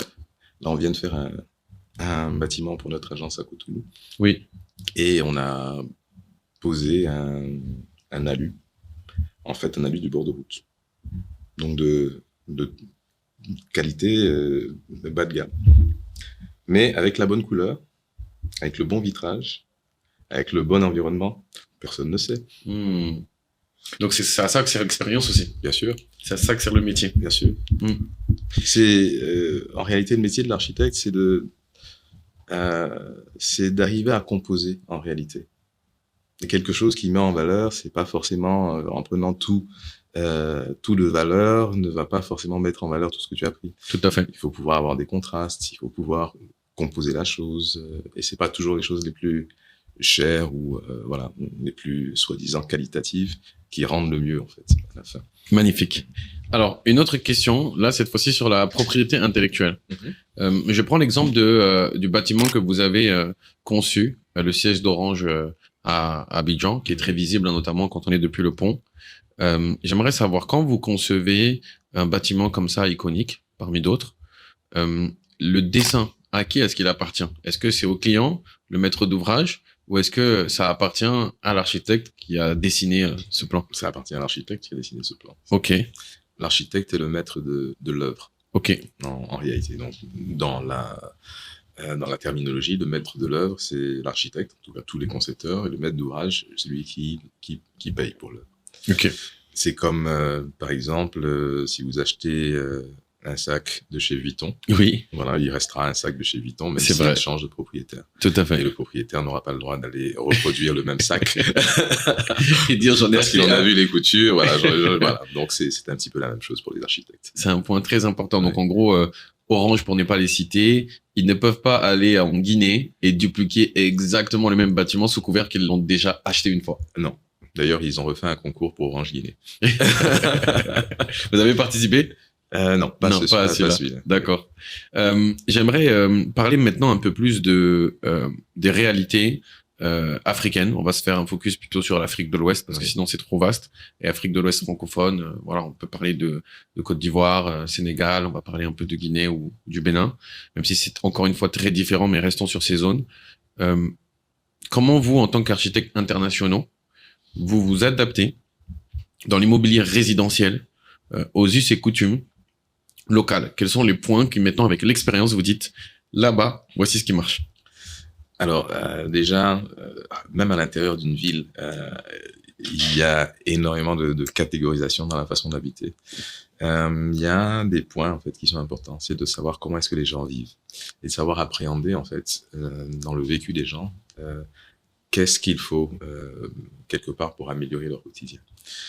Mais la difficulté de ça, c'est que regarder les gens vivre ne suffit pas. Non, il faut pouvoir en fait être critique de la façon dont ils vivent pour pouvoir apporter une réponse qui va au-delà de ce qu'ils ont aujourd'hui. Oui, tout à fait. Voilà. Et donc, Comme la manière de faire sécher le linge. C'est pas parce que le linge aujourd'hui il sèche sur le balcon aux yeux de tous qu'on va se dire dans le prochain immeuble je veux dupliquer ça. Exactement. Ouais. C'est exactement ça. Et ça illustre véritablement en fait le rôle de l'architecte dans nos villes. Oui. On vit un moment extraordinaire avec une explosion démographique, un continent qui est jeune, un accès à la technologie. Oui. Et il n'y a aucune raison qu'on ne réinvente pas en fait notre façon de vivre, notre façon d'habiter. D'ailleurs, on le fait déjà dans la façon de consommer, dans la façon de se déplacer. Il y a déjà beaucoup de choses qui ont changé. De se faire livrer. De se faire livrer. Et ça, en fait, tout ça va a déjà un impact sur la façon d'habiter, sur la façon dont on va habiter. Est-ce que ça a encore du sens d'avoir une entrée quand on rentre dans une maison C'est des choses, effectivement, qui correspondent peut-être à des choses dont on a hérité. Tout à fait. Dans une maison, par exemple, est-ce qu'on rentre de la même façon dans une maison sahélienne que dans une maison béninoise? Très bien. Ok. Alors, il y a des choses, par exemple... Quelle distinction tu ferais, par exemple, entre les deux? Il y a des choses qui ne se... Quand vous regardez la maison, en fait, vous n'avez aucun indice. Si vous comprenez le plan, vous allez voir, en fait, plusieurs dimensions par derrière. Par exemple, les notions de public-privé dans les pays plus sahéliens, plus musulmans, sont effectivement plus marquées. Il y a, par exemple, dans la plupart des maisons bourgeoises des capitales africaines, la position de la cuisine est clé. Ok. Pour plusieurs raisons. Du côté bénin, il y a toujours le sentiment que la cuisine est un lieu extrêmement sensible parce que c'est un lieu où on peut empoisonner en réalité. Effectivement, c'est un point Ça, important. c'est un contexte Ça peut pas culturel. être aisé de venir jusqu'à ta cuisine. Il faut que ce soit un peu protégé. Donc, effectivement, la position de ce qui ne sera pas un souci, par exemple, à Abidjan. Ok. Abidjan, ce qui sera un souci, mais d'ailleurs dans d'autres villes, c'est comment fonctionne ta cuisine vis-à-vis du reste de ta maison. Ta nounou, par où elle passe pour aller faire les chambres. Est-ce qu'elle traverse le salon? Et c'est des questions, en fait, qui, peut-être pour la génération de mes parents, se posaient, mais qui ne se posent pas pour la génération des plus jeunes. Mes collaborateurs, oui, à la limite, pourquoi est-ce qu'ils ont une nounou et pourquoi elle est là tout le temps? Voilà. Donc, il y a des défis qui sont de l'ordre de la sociologie, en fait, de l'évolution sociologique des choses qu'il faut anticiper. Comment mangent les jeunes aujourd'hui et comment est-ce qu'ils mangeront demain? La place de la télévision ou non, en fonction de la place de la mange. télévision ou non, la place de la voiture ou non. Oui. C'est des questions qu'il faut anticiper. Et je trouve que c'est extraordinaire, en fait, de vivre à une époque où on peut se poser, en fait, ces questions. Être à la croisée des chemins de avant et demain, quoi. C'est un luxe. Oui. De pouvoir dire, effectivement, avec une connexion Internet, je me fais livrer et peu importe d'où ça vient du monde, avec mes 3 doigts, j'appuie et ça vient chez moi. Et d'une certaine manière, ça va réduire la taille des cuisines et l'espace dédié à la préparation. Exactement.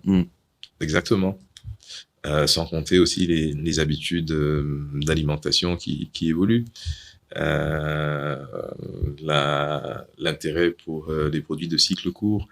Donc, par exemple, si vous faites un immeuble, une tour de 12 étages, vous avez intérêt à avoir un maraîcher du quartier en bas. Ça, c'est des choses auxquelles sont sensibles les nouvelles générations. Même dans ma génération, non. D'accord. Non, nous, on va au supermarché, en voiture. Donc on peut pas continuellement faire copier-coller de l'Occident. Non. On doit vraiment à chaque fois personnaliser au local, en fait. Ouais. C'est un point très important. En réalité, pour moi, c'est ça qui nous donne l'avantage, en réalité, de ne pas être en train d'hériter de l'histoire de quelqu'un, mais de composer sa propre histoire en fonction de ses propres besoins. Tout à fait. Si j'ai besoin du numérique, je vais le chercher là. Si j'ai besoin du bois sacré, je sais où aller le chercher aussi. Okay. Voilà. Si j'ai besoin de... Voilà. Je veux te parler aussi d'une nouvelle tendance dont on a hérité au XXe siècle. C'est cette fameuse notion du less is more. Oui. Donc, de plus en plus aujourd'hui, les espaces visuels, les skylines deviennent de plus en plus neutres, avec des bâtiments, du béton, du verre, du ciment, du métal. On est moins en moins sur des moulures, sur de la personnalité, du caractère, de la couleur, etc. Et je sais que je remercie mon équipe d'archi, Rudy, Alima, Kenza, Marietou, Lynn, d'avoir pris le temps d'échanger avec moi pour préparer aussi cet entretien. Et en fait, ils m'ont nommé notamment l'inspiration de Van der Rohe sur ces aspects de neutre. Toi, quel est ton regard sur cela, sachant qu'on a la grande tour aussi, la tour F, qui est en train d'être érigée, qui est aussi un symbole de ça. Donc toi, quel est ton regard là-dessus? Et est-ce que c'est inévitable pour les grandes capitales africaines de tomber dans le verre, métal, béton? Est-ce que c'est inévitable ou... Alors, il y a beaucoup de questions dans ta question. Voilà, je t'en prie, fais-toi plaisir. Déjà, peut-être le contexte du less is more. C'est vrai qu'il est revenu en fait à la mode récemment. Oui. Mais c'est quelque chose qui date des années 30 en réalité. Le less is more. Ok. Le less is more est une conséquence en réalité du passage à l'ère industrielle. Oui. Quand le bâtiment a commencé à pouvoir avoir une autre expression, plutôt que les façades soient soutenues par la pierre et donc la structure sur l'extérieur, l'apparition du béton et du métal a permis, effectivement, le métal, béton et verre ont permis de donner une autre lecture au bâtiment. Donc, par exemple, de faire de grandes ouvertures, de monter des tours avec juste des poteaux poutres, etc., qui, quelque part, ont créé une nouvelle écriture en architecture, où on n'avait plus besoin de moulures, etc. D'ailleurs, il y a un essai magnifique d'un architecte qui s'appelle Adolf Loos, et qui s'appelle « L'ornement est un crime ». Okay. Où dans les années 30, en fait, il décrit l'ornementation comme criminelle pour l'architecture, parce que c'est la meilleure façon de cacher les mauvaises proportions, de faire en sorte, en fait, quand on a raté un petit truc, on va rajouter un décor dessus une pour cacher, voilà, exactement, pour attirer l'attention sur autre chose. Oui. Et en fait, le mouvement Less is More est venu avec cet architecte Mies van der Rohe, qui pour moi est un des architectes favoris du XXe siècle. Où en réalité, pourquoi avoir plein de moulures sur un bâtiment si on peut avoir la confiance en le fait que ce qui porte ce bâtiment, c'est juste la structure? Et pourquoi est-ce que la structure doit être moche? Pourquoi est-ce qu'on ne la montre pas? Pourquoi est-ce qu'on ne montre pas le cœur des bâtiments? Pourquoi est-ce qu'on ne montre pas comment fonctionne la technique? Pourquoi est-ce que ça doit être moche? Et donc, il y a toute non seulement une philosophie, mais une tendance qui s'est développée autour de ça, qui est, en fait, pour moi, jusqu'aujourd'hui, en fait, l'ère constructive dans laquelle on est, qu'on appelle l'ère moderniste, où la plupart des bâtiments se construisent avec un système de poteaux et de poutres, et de baies vitrées, et de portées. Voilà. Et jusqu'aujourd'hui, en fait, l'architecture est encore dans l'écriture, pour moi, de la modernité post-industrielle. Elle n'est pas encore entrée dans l'ère du numérique en dehors de la manière dont on la produit. Et à quoi ressemblera l'architecture de l'ère du numérique, en fait? Comment tu l'imagines? Bien sûr, nul ne peut prédire le futur, mais comment tu la spécules? Alors, je pense que déjà, dans les mondes de demain, on aura besoin d'énormément de flexibilité. Et figer les espaces n'aura pas de sens. On le voit bien avec ne serait-ce que l'arrivée du télétravail. Un salon devient un bureau. C'est vrai. Bon, une chambre devient une salle de sport. Une salle devient une salle de sport. Et en réalité, est-ce que l'usage et la forme de la pièce sont liés? Très bien. Est-ce qu'un espace n'est pas juste un espace et qu'en fonction du besoin, il puisse être modulé pour s'adapter aux besoins? Je pense qu'on va faire face de plus en plus à ça. Donc le fameux 3 chambres salon tel qu'on l'entend, ben en fait ça va être un endroit où il y aura 4 pièces principales et après la personne vit à l'intérieur selon son goût en fait. Exactement. Moi j'aime bien en fait quelque part pour anticiper les questions du futur et garder les questions du présent. Et très souvent en fait le futur est déjà dans le présent. Je me faisais la remarque il y a pas très longtemps de regarder en fait dans des grandes villes, qu'elles soient africaines, occidentales, il y a des phénomènes qui sont les mêmes. Vous allez au 220 logements, un appartement qui était un 3 chambres salon, aujourd'hui est subdivisé en des zones de couchage, où le salon devient une chambre, dans la chambre il y a des lits, c'est plutôt le lit, la place qu'on loue. Et on retrouve la même chose à New York. C'est vrai. Il y a le co-living aujourd'hui. Voilà, dans le co-living, dans les gens qui vivent dans des capsules hostels de 3 mètres carrés, des hostels, etc. Et pour moi, c'est important de se poser ces questions à un niveau sociologique, parce que en réalité, la vraie question, c'est quoi le logement? Et je dis bien le logement, pas la maison. Le logement, est-ce que c'est un outil? Est-ce que c'est ce qui nous permet, quand on a 25 ans, de vivre au centre de Manhattan? Ok. Ou est-ce qu'à 25 ans déjà, on veut avoir son chez-soi avec son petit meuble qu'on a acheté et son petit objet qu'on a posé dessus? C'est comme ce que tu disais tout à l'heure, sur le fait que parfois habiter dans du précaire, exactement, en périphérie d'une ville, oui, si ça présente l'outil de pouvoir s'occuper de mes enfants, mutualiser la préparation de la nourriture, mutualiser la protection de mon matériel et de mes activités, Oui, eh ben peut-être que je vais sacrifier un peu d'esthétique, mais pour avoir du fonctionnel. En bien fait. sûr. Ouais. Surtout que pour moi, la question en premier, ça ne va pas être la question de l'esthétique. Ma question en premier, c'est combien je dépense pour aller au travail. Effectivement, si on est très Combien de concret. temps je mets. Si on est C'est très concret, c'est ça. Et Tout à fait. voilà. Et pendant ce temps, si je peux économiser, un jour, je me ferai ma maison où j'aurai mes petites fleurs. Et d'une certaine manière, en fait, avec l'ère du numérique, du digital, des réseaux sociaux, on a idéalisé l'acte d'habiter. Bien sûr. L'acte d'habiter est devenu une déclaration sociale, une déclaration de valeur et d'estime de soi. J'habite ici, dans cette rue, avec cette maison, voici qui je suis. Et versus, j'habite dans cet appartement au dernier étage, avec piscine, avec qui surplombe, je suis telle personne. Et donc, du coup, on a quitté le fonctionnel et c'est devenu de l'existentiel. En fait, ça se caractérise ma personne. Ouais. Bientôt, on va habiter des lunettes virtuelles. Oui, absolument. Oui. Oui. Et demain, le métier d'architecte 3D qui va designer des maisons virtuelles dans lesquelles on vit à travers nos lunettes, Ça va être autre chose. ça va être autre chose, ça va être une autre Parce qu'on réalité. va plus être soumis aux lois de la gravité. Et là, en fait, tout est possible. Il va En fait, falloir... tout est- ouais. bah, c'est presque après devenir architecte de jeux vidéo. C'est une autre réalité. Oui, mais d'ailleurs, je pense que les deux sont très liés. Bah, quand C'est on y les pense, oui. imaginaires, en fait. C'est Le habiter les jeu qui imaginaires. a habité une partie de notre enfance, je sais pas si toi aussi, mais c'est les Sims. Moi, je Oui. sais que j'ai aimé les Sims dans cette partie conception de maison, Ouais. conception de ville, conception d'espace, en fait. Au fur et à mesure, tu pouvais gagner de l'argent pour agrandir ta maison. Agrandir ta maison, ouais. Ok. Non, mais c'est très intéressant cette notion de concevoir le logement de demain. Qu'est-ce que le logement? Et est-ce que le logement, c'est un accessoire de beauté qui me caractérise ou est-ce que c'est une fonction claire, une utilité? J'ai un petit studio à Manhattan pour que je puisse marcher pour aller au travail ou à Dakar ou à Oui. Abidjan d'ailleurs. Et ce dont on se rend compte, c'est que le logement ne veut pas dire la même chose aux différentes étapes de sa vie. C'est vrai. Tout à fait.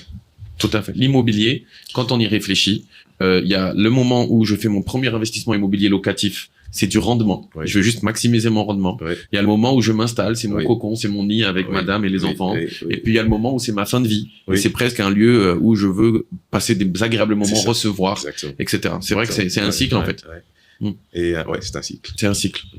Et du coup, ça m'amène à la question. Vous êtes un cabinet qui est reconnu, qui avait de la renommée, avec 2 noms forts, Kofi et Diabaté. Et du coup, une des questions que j'aimerais vous poser, c'est quelle est votre méthode pour concevoir à 2, c'est-à-dire à 4 mains? Comment vous faites? Comment vous vous répartissez le travail? On vous appelle pour faire un siège, pour faire un grand bureau, pour faire un grand bâtiment de logement.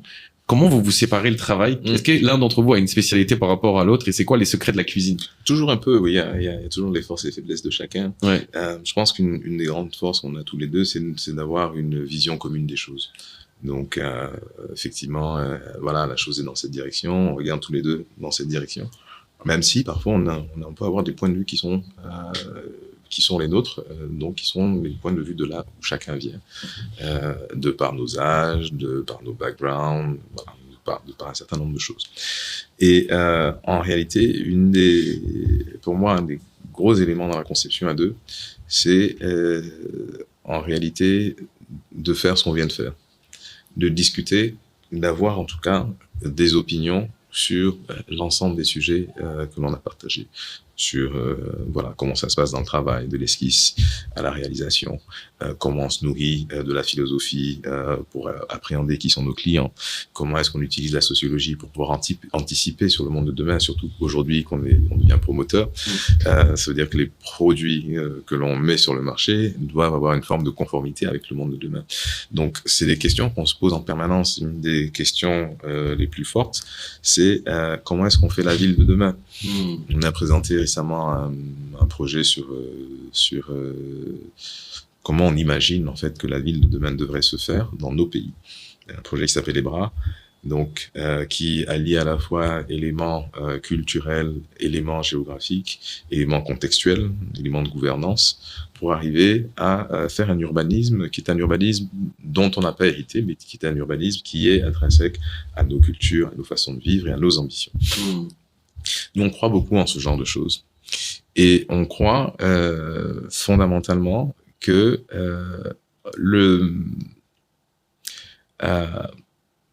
que la seule manière de les rendre légitimes, c'est de les exécuter.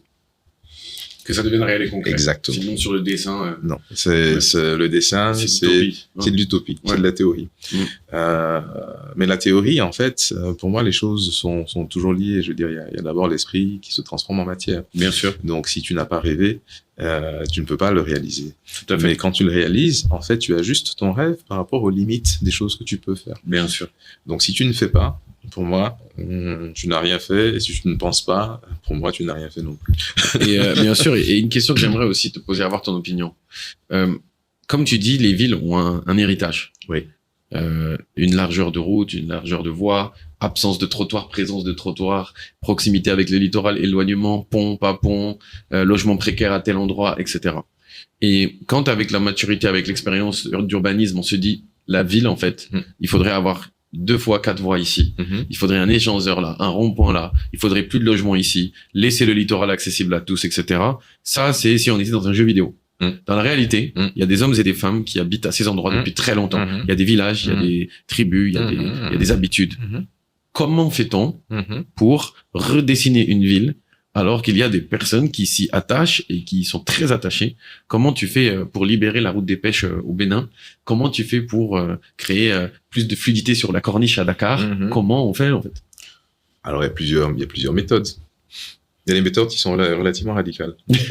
C'est-à-dire que l'État dit, pour le bien de tous, je suis désolé, mais ton confort, tu vas être obligé de le mettre en second plan parce que les enjeux vont au-delà de qui tu es. Mais c'est des choses qui se préparent, ça se discute, ça s'accompagne en réalité. Je pense que l'erreur que beaucoup de nos politiques font, c'est d'avoir peur de toucher à ça, en réalité.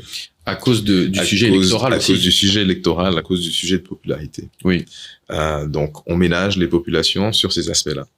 Mais en fait, quelque part, on entretient aussi une bonne partie de leur mal-être sur d'autres aspects. Et on repousse le problème à demain. Bien sûr. Et il va pas disparaître, non, en tout cas. L'embouteillage qui s'accentue, congestionnement, gestion des ordures, etc. Non. Ouais. Ça, c'est un des aspects. Pour moi, il y a un autre aspect qui est plus fondamental. C'est de quel urbanisme parle-t-on? Nos cultures d'urbanisation, en tout cas telles qu'on les entend aujourd'hui, ne sont pas des cultures intrinsèques. On n'est pas à Tombouctou, où l'urbanisme de Tombouctou vient de Tombouctou, vient des populations, en fait. Ou quand on regarde, en fait, comment la ville est organisée, on comprend que c'est lié à leur culture, à leur histoire, à tout un tas de choses, à leur esthétique, etc., aux matériaux, voilà, etc. Les villes africaines plus récentes, en fait, sont des tracés d'urbanisme occidentaux qui ont été, en fait, superposés à des territoires locaux. Et donc, forcément, dans leur expression, il va y avoir des clashs.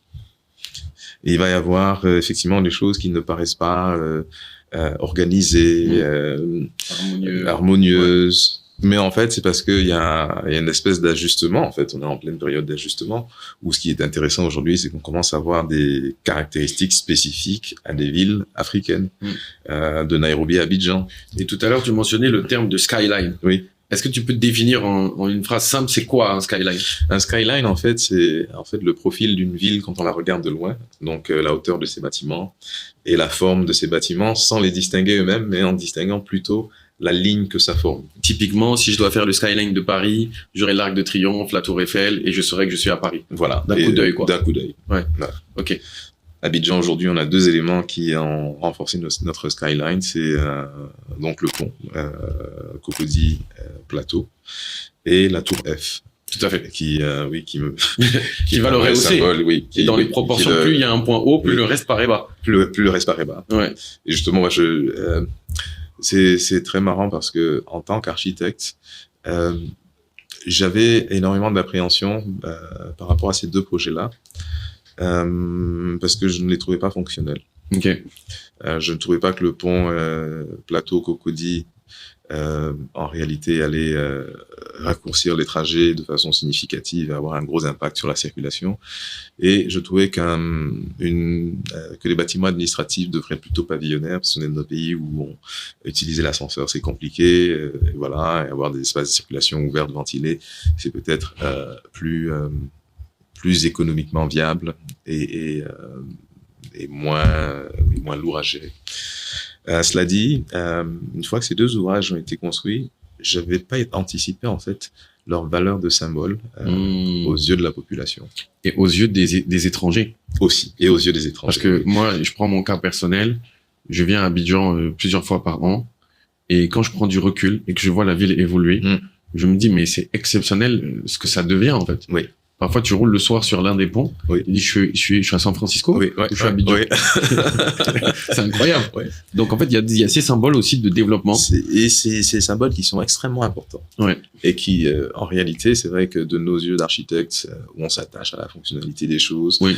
Ça peut paraître superflu, mais d'un point de vue sociologique, c'est extrêmement important. On attend de voir l'inauguration de la tour alors. Oui, oui. Il y a par exemple une anecdote qui pour moi est très parlante, c'est qu'une fois que le pont a été ouvert, oui. des gens se sont lavés sur le pont, des gens ont amené leur table, ont mangé sur le pont, se sont filmés, ils sont postés sur les réseaux sociaux. Et une vraie appropriation en fait de ces symboles par les populations. Il faut pas minimiser l'immatériel, le symbole de l'immatériel, c'est vrai. Non, et ça, effectivement, les architectes ont trop tendance à être dans la matière. Oui. Je vais te poser une autre question qui va faire appel aussi à votre casquette de promoteur immobilier. Oui. Avec la pression démographique dans les grandes capitales africaines, avec la diminution des terrains disponibles, il y a forcément une augmentation des prix des terrains. Et ça vient impacter en fait les tours et les projets où avant, tu avais l'appartement de 3 chambres salon en Côte d'Ivoire qui pouvait faire 250, 300, 350 mètres carrés. Oui. Tu avais des 4 chambres salon qui pouvaient faire 400 mètres carrés. T'en as encore, hein. Mais dans les nouvelles constructions, c'est rare d'entendre un promoteur qui va te dire je vais te faire un 3 chambres à 400 mètres carrés. Oui. Mais je vois que ça prend un peu la direction de ce qu'on vit en Occident, où les appartements, aujourd'hui tu trouves des 17 mètres carrés, 20 mètres carrés, des 12 mètres carrés, où tu as une chambre, c'est pratique, etc. Sommes-nous en train de vivre une urbanisation, je mets des guillemets, accélérée, où dans 20 ans, le petit studio au centre d'Abidjan, de Cotonou, de Dakar, le 3 chambres salon qui fera moins de 70 mètres carrés, ou le 2 chambres salon qui fera moins de 50 mètres carrés, est-ce que toi, c'est quelque chose que tu vois arriver dans notre horizon? Est-ce que c'est une réalité pour toi, en dépit de nos habitudes afro-caribéennes, où on aime l'espace et le sentiment quand même d'aération? Oui, pour moi, c'est inévitable. En réalité, on se pose la question, c'est une forme de confort psychologique, mais quand on regarde ce qui se construit, on est déjà dans cette logique. Quand on regarde tous les quartiers qui poussent à la périphérie de nos villes, où il y a très peu de planification, les gens ne sont pas dans l'histoire de confort de taille de pièce. Hein. Et pourtant, ils sont très africains. C'est vrai. Ils sont très africains. C'est leur argent, donc ils sont rationnels. Mais bien sûr. Oui. Oui, ils sont rationnels. L'appartement, une pièce de 300 mètres carrés, ça sert à rien. Ça sert à mettre du monde dedans. Et qui va te le louer? Qui va te l'acheter? Et combien ça coûte Bien sûr. à réaliser. Voilà, on est en train de passer réellement de l'ère où, en fait, quand on gagnait de l'argent, on se faisait construire sa maison. Oui. À l'ère où aujourd'hui, quand on gagne un peu d'argent, on s'achète un appartement. On est en plein dedans. Voilà. Et le niveau d'appartement est de plus en plus dépendant de là où il se trouve. Tout à fait. Et quels sont les espaces qui vont en priorité être sacrifiés? Est-ce que c'est la taille du salon qui va diminuer? Est-ce que c'est la taille des chambres?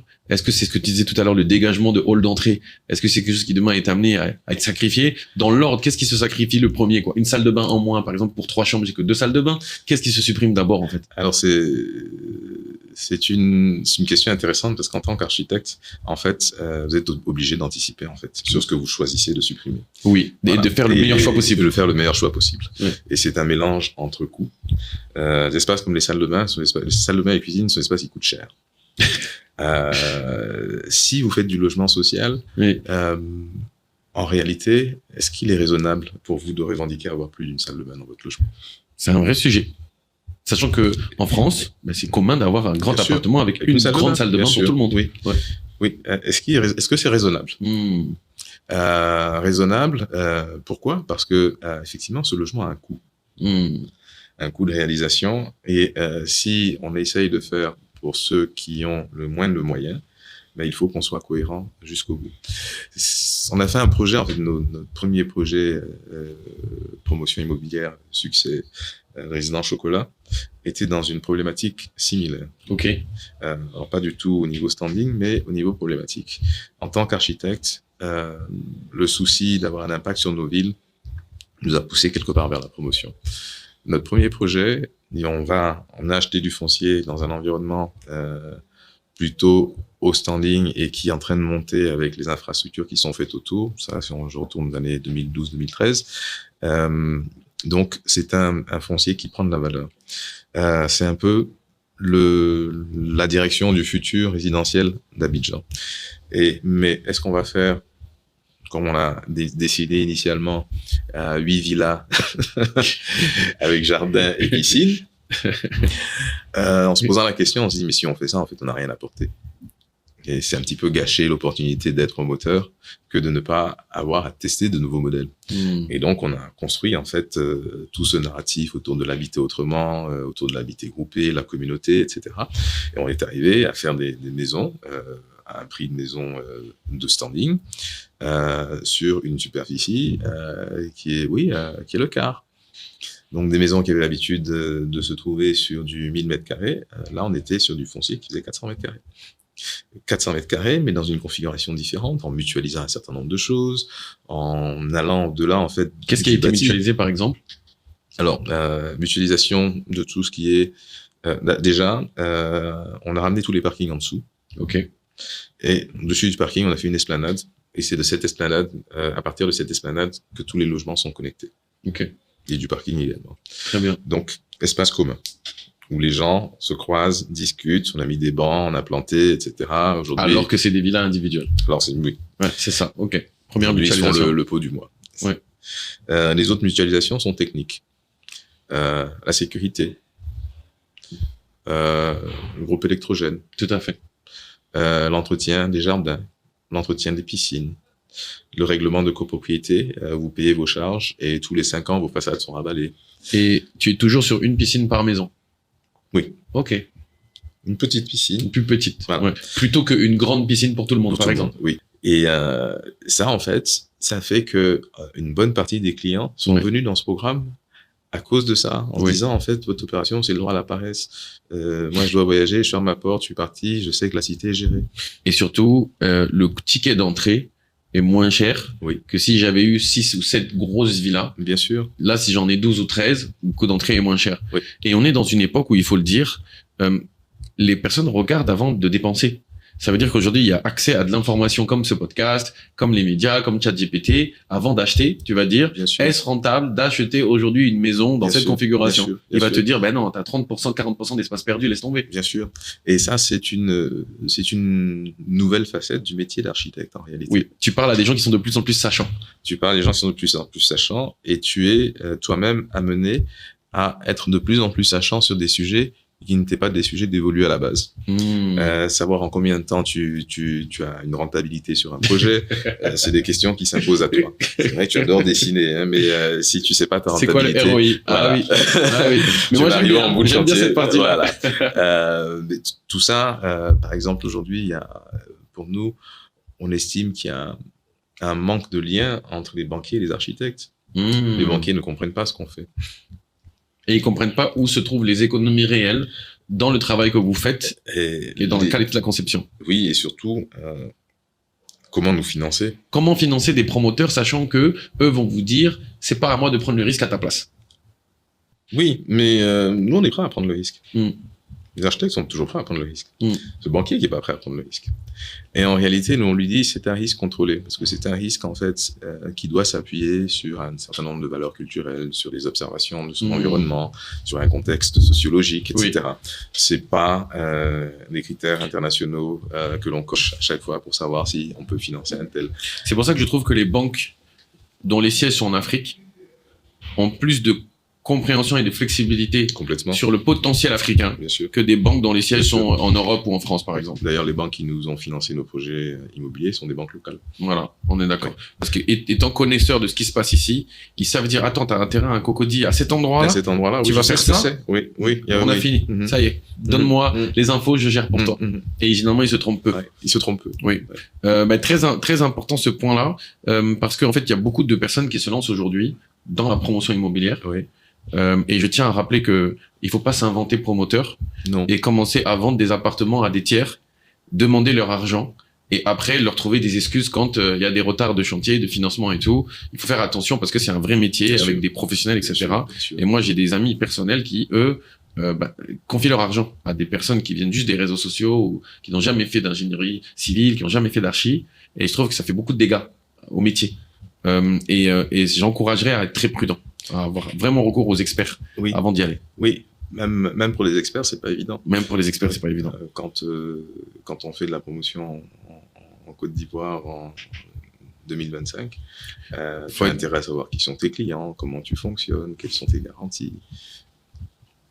Est-ce que tu as toutes les autorisations? Est-ce Est-ce que d'un point de vue administratif, tu es à jour? C'est très complexe. Mais c'est intéressant parce que c'est aussi en passant par là qu'on arrive à donner forme à sa vision. C'est vrai. En fait, l'adversité forge. Oui. J'aimerais aborder maintenant quelques petites questions en vrac avant qu'on termine. Et encore une fois, merci, c'était très, très édifiant et passionnant. Tu peux nous donner un exemple concret de l'impact de ChatGPT et de l'intelligence artificielle dans votre travail et comment des métiers, peut-être comme des métiers de dessinateur, sont devenus obsolètes ou sont devenus encore plus obsolètes et combien de temps ça te prend en moins de faire une tâche, par exemple, par rapport à avant ChatGPT? C'est une question très intéressante, une question du moment, en fait, parce qu'on est en pleine transition un petit peu à l'agence. Oui. Transition générationnelle, mais aussi transition d'outils, transition de vision. Oui. Et de plus en plus, en fait, on travaille avec ChatGPT ou d'autres outils d'intelligence artificielle. Par exemple, je peux donner un exemple concret de comment est-ce que ça peut changer les choses. Aujourd'hui, avec ChatGPT, on peut faire des images de synthèse. Oui. Oui, en lui donnant les bons prompts, en uploadant les bons documents. Ça se fait en 10-15 minutes. Tu ajustes ton prompt, tu ajustes ton image comme tu veux. Avant ça, c'est quelque chose qui coûtait peut-être 1000-2000 euros l'image à quelqu'un que je devais payer pour. De l'argent et du temps. De l'argent et du temps. Donc, du coup, ça m'apporte une flexibilité parce que du coup, par derrière, si je dois changer une esquisse pour un client ou si je dois ajuster quelque chose qui ne me plaît pas, je peux le faire moi-même sans avoir recours à une expertise supplémentaire. Autre exemple. Aujourd'hui, si je dois faire un hôpital ou si je dois faire une programmation complexe, un musée par exemple, voilà, un musée ça reste quand même assez complexe entre les salles de stockage, l'hygrométrie, en fait toutes ces choses-là. Je peux demander à ChatGPT de me faire un programme où il va me détailler en fait le type d'hygrométrie qu'il faut que j'ai dans chaque pièce. Alors qu'avant tu devais payer un programmiste. Exactement. Qui allait te facturer sa prestation. Facturer cette prestation. Et toute modification. Exactement. Et donc pour moi c'est intéressant parce que l'intelligence artificielle accélère pas mal de choses. Tout à fait. Et pour moi, ça veut dire que je peux aujourd'hui faire peut-être plus de tâches. Je peux m'alléger le quotidien en ayant recours à en fait fondamentalement ce que c'est les espérances passées d'autres personnes en réalité. Et donc fondamentalement la vraie question c'est pourquoi à chaque fois réinventer la roue, surtout qu'en réalité l'intelligence artificielle il y a toujours quelqu'un qui lui donne un prompt par derrière. Il se nourrit, il apprend. Et ce qu'on dit à nos équipes aujourd'hui, oui, l'intelligence humaine, c'est dans la qualité des questions que tu poses. C'est plus dans la capacité à aller chercher l'information. Mais ça, c'est un truc que je dis beaucoup en management et en mécanique comportementale. On avait fini le podcast Kaye Moulay sur ton niveau d'intelligence s'évalue à la qualité des questions que tu te poses. Bien sûr. Et ça, les grands philosophes du monde se sont toujours orientés plus sur la question que sur la réponse.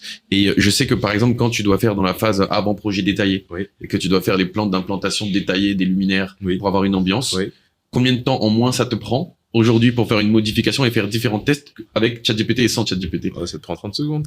Avant, ça te prenait combien de temps de faire ça, par exemple? Mais déjà, avant, il fallait avoir le logiciel approprié. Et en réalité, quand tu arrives à une certaine taille de projet, c'est un bureau d'études qui va le faire.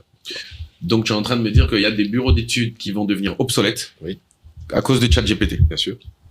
Ils vont changer, en tout cas, ils devront changer fondamentalement leur façon de modèle. Exactement. Et est-ce que si demain, on essaye de se projeter, d'être un peu visionnaire, jusqu'où est-ce qu'on peut imaginer que ChatGPT va impacter votre profession? Est-ce que demain, Kofi et Diabaté, ça pourra être, je caricature, que deux avocats, deux architectes penseurs, et après qui ont l'outillerie et la machinerie pour tout concevoir en quasiment un clic.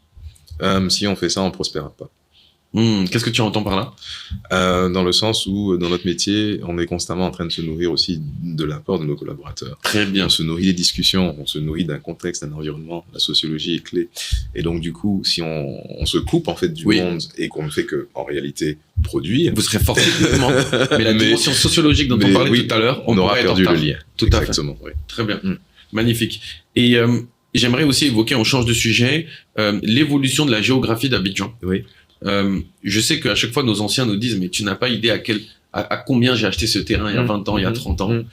Qu'est-ce que tu peux nous dire sur l'évolution de la géographie des quartiers et les évolutions les plus marquantes à tes yeux de la ville d'Abidjan? Waouh, ça c'était un sujet sans fin, un sujet sans limite. Moi, j'adore cette ville pour plusieurs raisons. Ouais. Je fais à mes heures perdues des visites du plateau. Oui. Notamment parce que j'aime bien la façon dont cette ville s'est constituée. Comment est-ce qu'on est arrivé à Abidjan? Déjà en fuyant la fièvre jaune à Grand-Bassam, l'installation coloniale s'installe sur Abidjan, s'installe au plateau parce que le plateau est sur un plateau, donc domine les éventuelles attaques. De l'autre côté du quartier indigène, Trècheville, avec les ponts. Donc à l'époque, un pont-levis qui permet de séparer. Et puis au nord, on a un camp militaire qui protège l'administration coloniale du reste. Et donc ça, c'est un petit peu le noyau d'Abidjan qui va s'éclater après, et cette accélération, cet éclatement va s'accélérer en fait avec la période post-indépendance, avec la vision de Houphouët-Boigny de recréer en fait des pôles urbains autour du centre, avec quelque part chacun ou chacune leur personnalité. Donc c'est comme ça que naissent des quartiers comme Copody Centre qui vont évoluer après vers les deux plateaux, la rivière. Des quartiers comme Trècheville qui sont un petit peu parallèles au plateau. Eux aussi vont évoluer vers ce qu'on appelle la race aujourd'hui, avec des opérations immobilières qui étaient vraiment pensées par l'État dans une vision urbaine, dans une vision de développement urbain. Et ça, je pense que ça a fait la caractéristique d'Abidjan, ça et son découpage lagunaire, sa géographie. On en fait en tout cas un espace d'expérimentation très intéressant. Et de ce que tu me décris, en fait, Abidjan ne cessera presque jamais d'être en mutation, puisqu'elle n'a pas de contraintes fortes sur ses extrémités, contrairement à une ville comme Dakar, oui. Où je pense que tu maîtrises aussi un peu cette géographie particulière. Quel est ton regard, là, cette fois-ci, sur cette presqu'île de Dakar, et comment imaginer de faire évoluer une ville comme celle-ci où tu as autant de contraintes maritimes? Alors en réalité, je pense que chacune des villes a ses contraintes. Aujourd'hui, c'est vrai qu'Abidjan n'a pas de limite, mais c'est un peu sa contrainte aussi.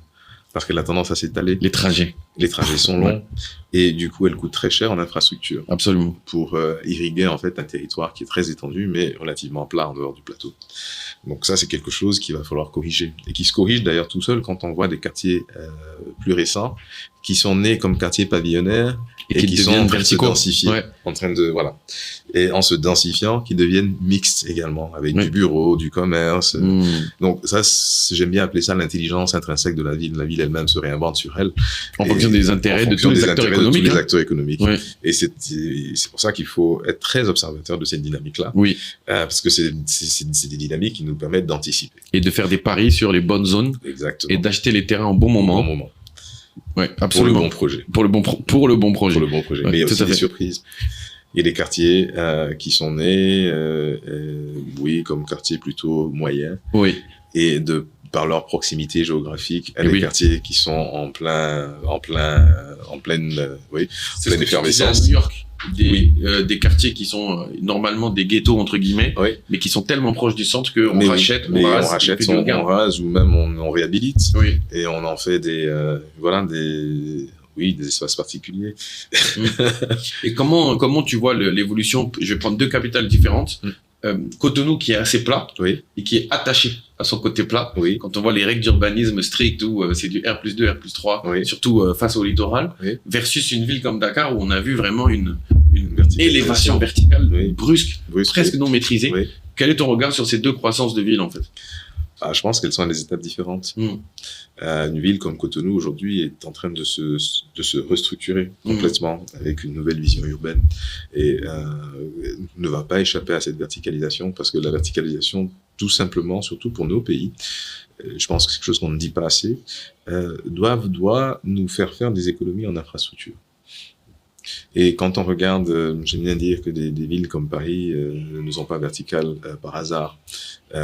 Toutes ces villes européennes ont une certaine densité. Surtout le 15e à Paris, Oui. quand tu regardes, c'est que des tours, hein, presque. Oui, Ouais. les tours du 15e, mais aussi même la densité haussmanienne Tout à qu'on fait. connaît. Quand tu regardes de haut, c'est incroyable. Oui, Ouais. c'est très dense. C'est très dense. Paris est l'une des villes les plus denses au monde. Ok. Et c'est cette densification, C'est inévitable, en fait. c'est la résultante en fait des problèmes de foncier, des problèmes de proximité, des problèmes de Et démographie. la gourmandise du foncier, parce que c'est la Bien base du sûr, gain. bien sûr. Ouais. Et tout ça, effectivement, finit par créer des espaces de plus en plus petits. Et ce que je vois aussi au Sénégal en ce moment, c'est que avec le nouvel aéroport, bon, il est plus si nouveau que ça, mais le nouvel aéroport et Diamniadio, et d'ailleurs, je fais le parallèle avec ce que tu dis sur Diamniadio, c'est pas parce que tu crées une ville avec fer, alu, béton à l'extérieur que forcément les habitants prendront goût à y aller. Ça met un peu de temps à se remplir. Oui. Mais par contre, on voit un vrai attrait pour la petite côte, pour Sali, y compris pour des personnes qui travaillent et qui se disent, je vais rouler un peu plus, mais j'habite très proche de la mer. Oui. Ça, on l'a pas forcément anticipé comme ça. Non, mais c'est une conséquence de l'urbanisme. Oui. Avec l'intensité de l'urbanisme, il y a les populations qui ont un peu plus de moyens. Ben, qu'est-ce qu'elles font? Elles s'externalisent les week-ends, ou quand elles peuvent, s'externalisent tout court, pour profiter en fait du calme de la non-ville, même si elles continuent à travailler en ville. Merci. On parle beaucoup de la ville verte, Oui. énergie renouvelable, construire de manière plus consciente. Avec l'appétit foncier, l'accroissement démographique, l'exode rural, est-ce que dans les capitales africaines dont on parle depuis tout à l'heure, est-ce un mythe ou une réalité? Et quel est le rôle de l'État dans tout cela? Alors, de toutes les manières, ça s'imposera comme une réalité à tous. Parce que je pense que le monde ne fera pas demi-tour. Et qu'en réalité, je veux dire, la plupart des systèmes, c'est pas nous qui les produisons. Donc, on finira par en hériter à un moment ou à un autre. Après, pour moi, en réalité, la ville verte parisienne n'est pas la ville verte abidjanaise. Oui. Les critères de vert sont tout à fait différents. En Afrique de l'Ouest, je ne parlerai même pas de vert, je parlerai d'intelligence de construction. Pourquoi faire des espaces climatisés quand on peut faire de la ventilation passive? C'est ce type de questions. Ça fonctionne, la ventilation passive, tu crois? Ça fonctionne. J'ai une maison que j'ai depuis 12 ans à Assini.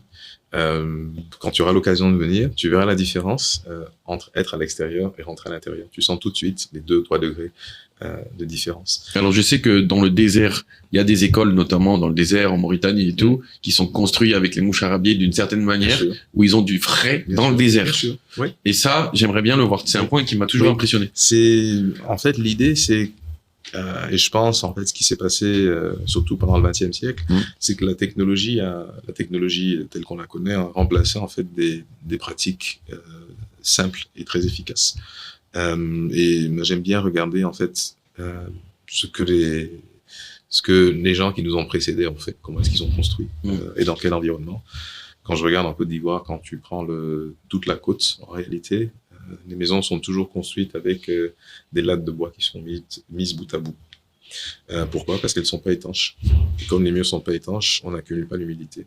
Je te mets le défi de prendre n'importe quel appartement abidjanais, construit en dur comme ici, de partir en vacances 3 semaines, de revenir dans ta chambre, tu vas voir. En fait, l'humidité aura bouffé tout parce qu'on l'aura emprisonné. Donc, il y a des techniques en fait qui viennent du bon sens, mais du bon sens de l'observation, c'est des choses que tu apprends pas à l'école. Quand tu commences à monter vers le nord, tu montes un peu vers le nord, tu verras que la plupart des habitats sont faits en terre, les caserons en terre. D'un point de vue thermique, c'est nettement plus efficient. Parce que les écarts de température sont plus importants entre le jour et la nuit, entre les saisons, l'air est plus sec, donc l'humidité est moins un problème. Donc c'est en se nourrissant en fait de toutes ces choses qui sont des éléments de compréhension de notre environnement local, je pense qu'on arrive à faire une architecture qui va répondre en fait à tous ces défis de verre de demain. Pour moi, faire de la ventilation favorisante, c'est pas forcément retourner au latage de bois comme on faisait avant, mais s'assurer que dans une maison, mais quand on ouvre d'un côté, on ouvre également de l'autre, même si on utilise des baies vitrées. Très important. Est-ce qu'il y a un projet de rêve que tu aimerais faire un jour? Quel projet et où dans le monde? Oh, j'en ai plein, des projets de rêve. Il y a toujours des projets qui sont de grands défis en termes de conception, par exemple. Un projet comme les aéroports, c'est quelque chose qui... Oui, faire un aéroport, c'est... Enfin, comme on les faisait à l'ancienne. Je pense que malheureusement les aéroports, peut-être en Asie encore, on fait des aéroports qui sont Avec de la personnalité. avec de la personnalité. Ouais. Pouvoir faire un aéroport comme ça me plairait bien. Mais en réalité, les questions aujourd'hui qui sont les questions qui m'intéressent le plus sont les questions d'urbanisme, questions de ville, Ok. questions de développement, questions de futur, questions de durabilité. Voilà, de toutes les questions dont on a parlé en réalité.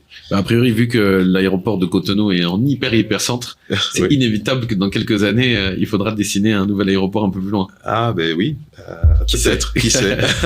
Et aujourd'hui, quand on investit dans un bien immobilier à Abidjan, c'est quoi les rendements auxquels on peut s'attendre dans les plus beaux quartiers? Je fais un investissement haut de gamme. Est-ce que j'ai une attente de 6 ou 7% de rendement? Est-ce que je peux espérer plus que 10 à des endroits d'Abidjan? Quelle est la tendance actuellement? Ben, c'est un peu comme partout. Tout dépend de là où tu achètes ton foncier. Oui, Parce qu'en réalité, le coût de construction est le même partout.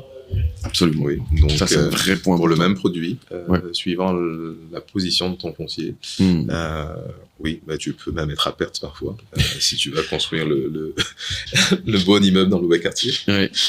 Et l'inverse est vrai aussi, le mauvais immeuble dans le bon quartier, bah, tu auras du mal oui, ou du moins il aura du mal à avoir la même rentabilité que ceux à côté. Et c'est pour ça que un peu ce qu'on disait, un bon projet, c'est passer en revue en fait tous ces critères. Je construis, mais je construis à combien? Pour espérer vendre à combien et louer à combien. Voilà. Ouais, Mais c'est une équation. Si je mets des matériaux qui sont trop bas de gamme, je vendrai jamais au potentiel du prix du quartier. C'est ça. Si je vais trop haut, dans le haut de gamme, Je vais faire fuir. Oui. il y a une partie de ce que j'aurais investi qui ne va pas se décliner en fait Dans la rentabilité. Absolument. Je me serais fait plaisir, mais bon, voilà.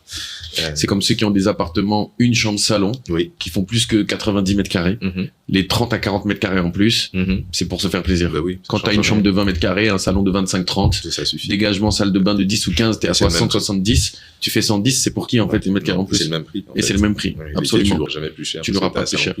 Donc il faut enlever cette partie d'émotion quand on devient un promoteur. Oui. Et ça c'est ma dernière question. Raconte-nous ton évolution d'un passage d'un artiste dessinateur crayon Oui. à un promoteur presque financier, à tes premiers amours d'études Mhm. aux États-Unis. Mhm. Comment tu transitionnes vers ça et comment tu, je mets des guillemets, abandonnes la part de rêve pour être dans une part aussi de rationalité, rentabilité? En réalité, pour moi, c'est la même chose. Ok. Oui. Si tu ne parles pas de rentabilité, ton projet, il n'existe pas. Donc, tu feras jamais l'immeuble dont tu rêves. Très bien. Et en réalité, l'immeuble dont tu rêves, c'est l'immeuble qui remplit toutes les cases. Et c'est un immeuble qui existe. Il existe. Comme dit mon associé souvent, la belle maison, c'est celle qui est finie. Et celle sur le papier Voilà. 3D. Oui, mais l'architecte qui est promoteur, qu'est-ce qu'il va faire? Ouais. Justement, en tant que bon chef d'orchestre, Oui. il doit rendre un ouvrage technique qui est sain, Oui. qui ne va pas souffrir d'humidité, de malfaçon, etc.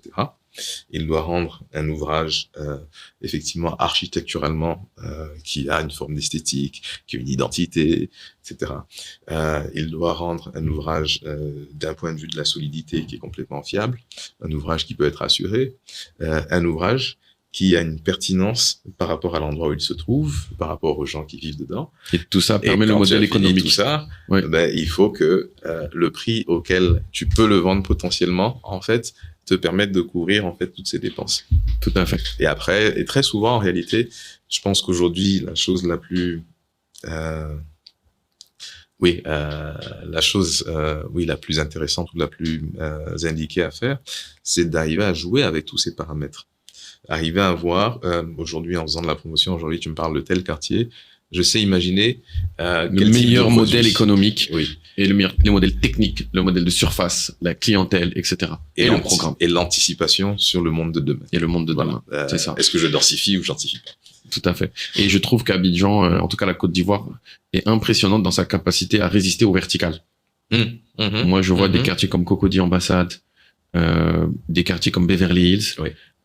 Où on est encore amoureux du plat. Ça veut dire que Oui. comme j'habite à Dakar le reste de l'année, ben ça, je l'ai oublié. Le point E, fin de résidence, plat, on oublie. Oui. Mais Abidjan réussit à préserver certains endroits, ça, en fait. Oui, mais c'est un peu lié à ce que tu disais tout à l'heure. C'est sa possibilité encore de s'étaler. C'est un luxe Oui, que c'est un luxe. la géographie permet. Oui. D'ailleurs, dans notre vision en fait future du déploiement urbain, pour moi c'est pas la solution. Bah, tu ne vas pas aller à l'infini. Non. Parce qu'après, en fait, tu crées des villes secondaires qui n'en sont pas. Non. Pour moi, il faut recentraliser les choses. Même si elles sont distantes, qu'on ait différentes centralités, qu'on puisse avoir des pôles qui sont liés à une activité touristique, à une activité universitaire, à une activité industrielle. Des raisons d'être claires. Avec des liens et des raisons d'être. Quel est le mot de la fin avec lequel tu veux nous laisser? Merci. Avec grand plaisir. Oui, merci d'avoir discuté de toutes ces questions en fait qui fondamentalement me passionnent. Je suis content de savoir que ça peut intéresser d'autres. Ça intéresse. En réalité, je pense qu'il faut que on doit être dans une génération où on ne peut plus faire les choses comme on les faisait avant. Oui. Et en fait, la grande question, c'est dans chaque part de ce qu'on crée, de ce qu'on fait, comment est-ce qu'on le réinterroge par rapport à nos visions locales. Magnifique. Merci. C'était un grand plaisir. Merci, j'espère que tout le monde a apprécié cette masterclass sur l'urbanisme et l'architecture, et laissez-nous en commentaire pour vous à quoi ressemblera la ville de demain d'un point de vue urbaniste, architectural, etc. Allez, merci. À très bientôt, Issa. Bientôt.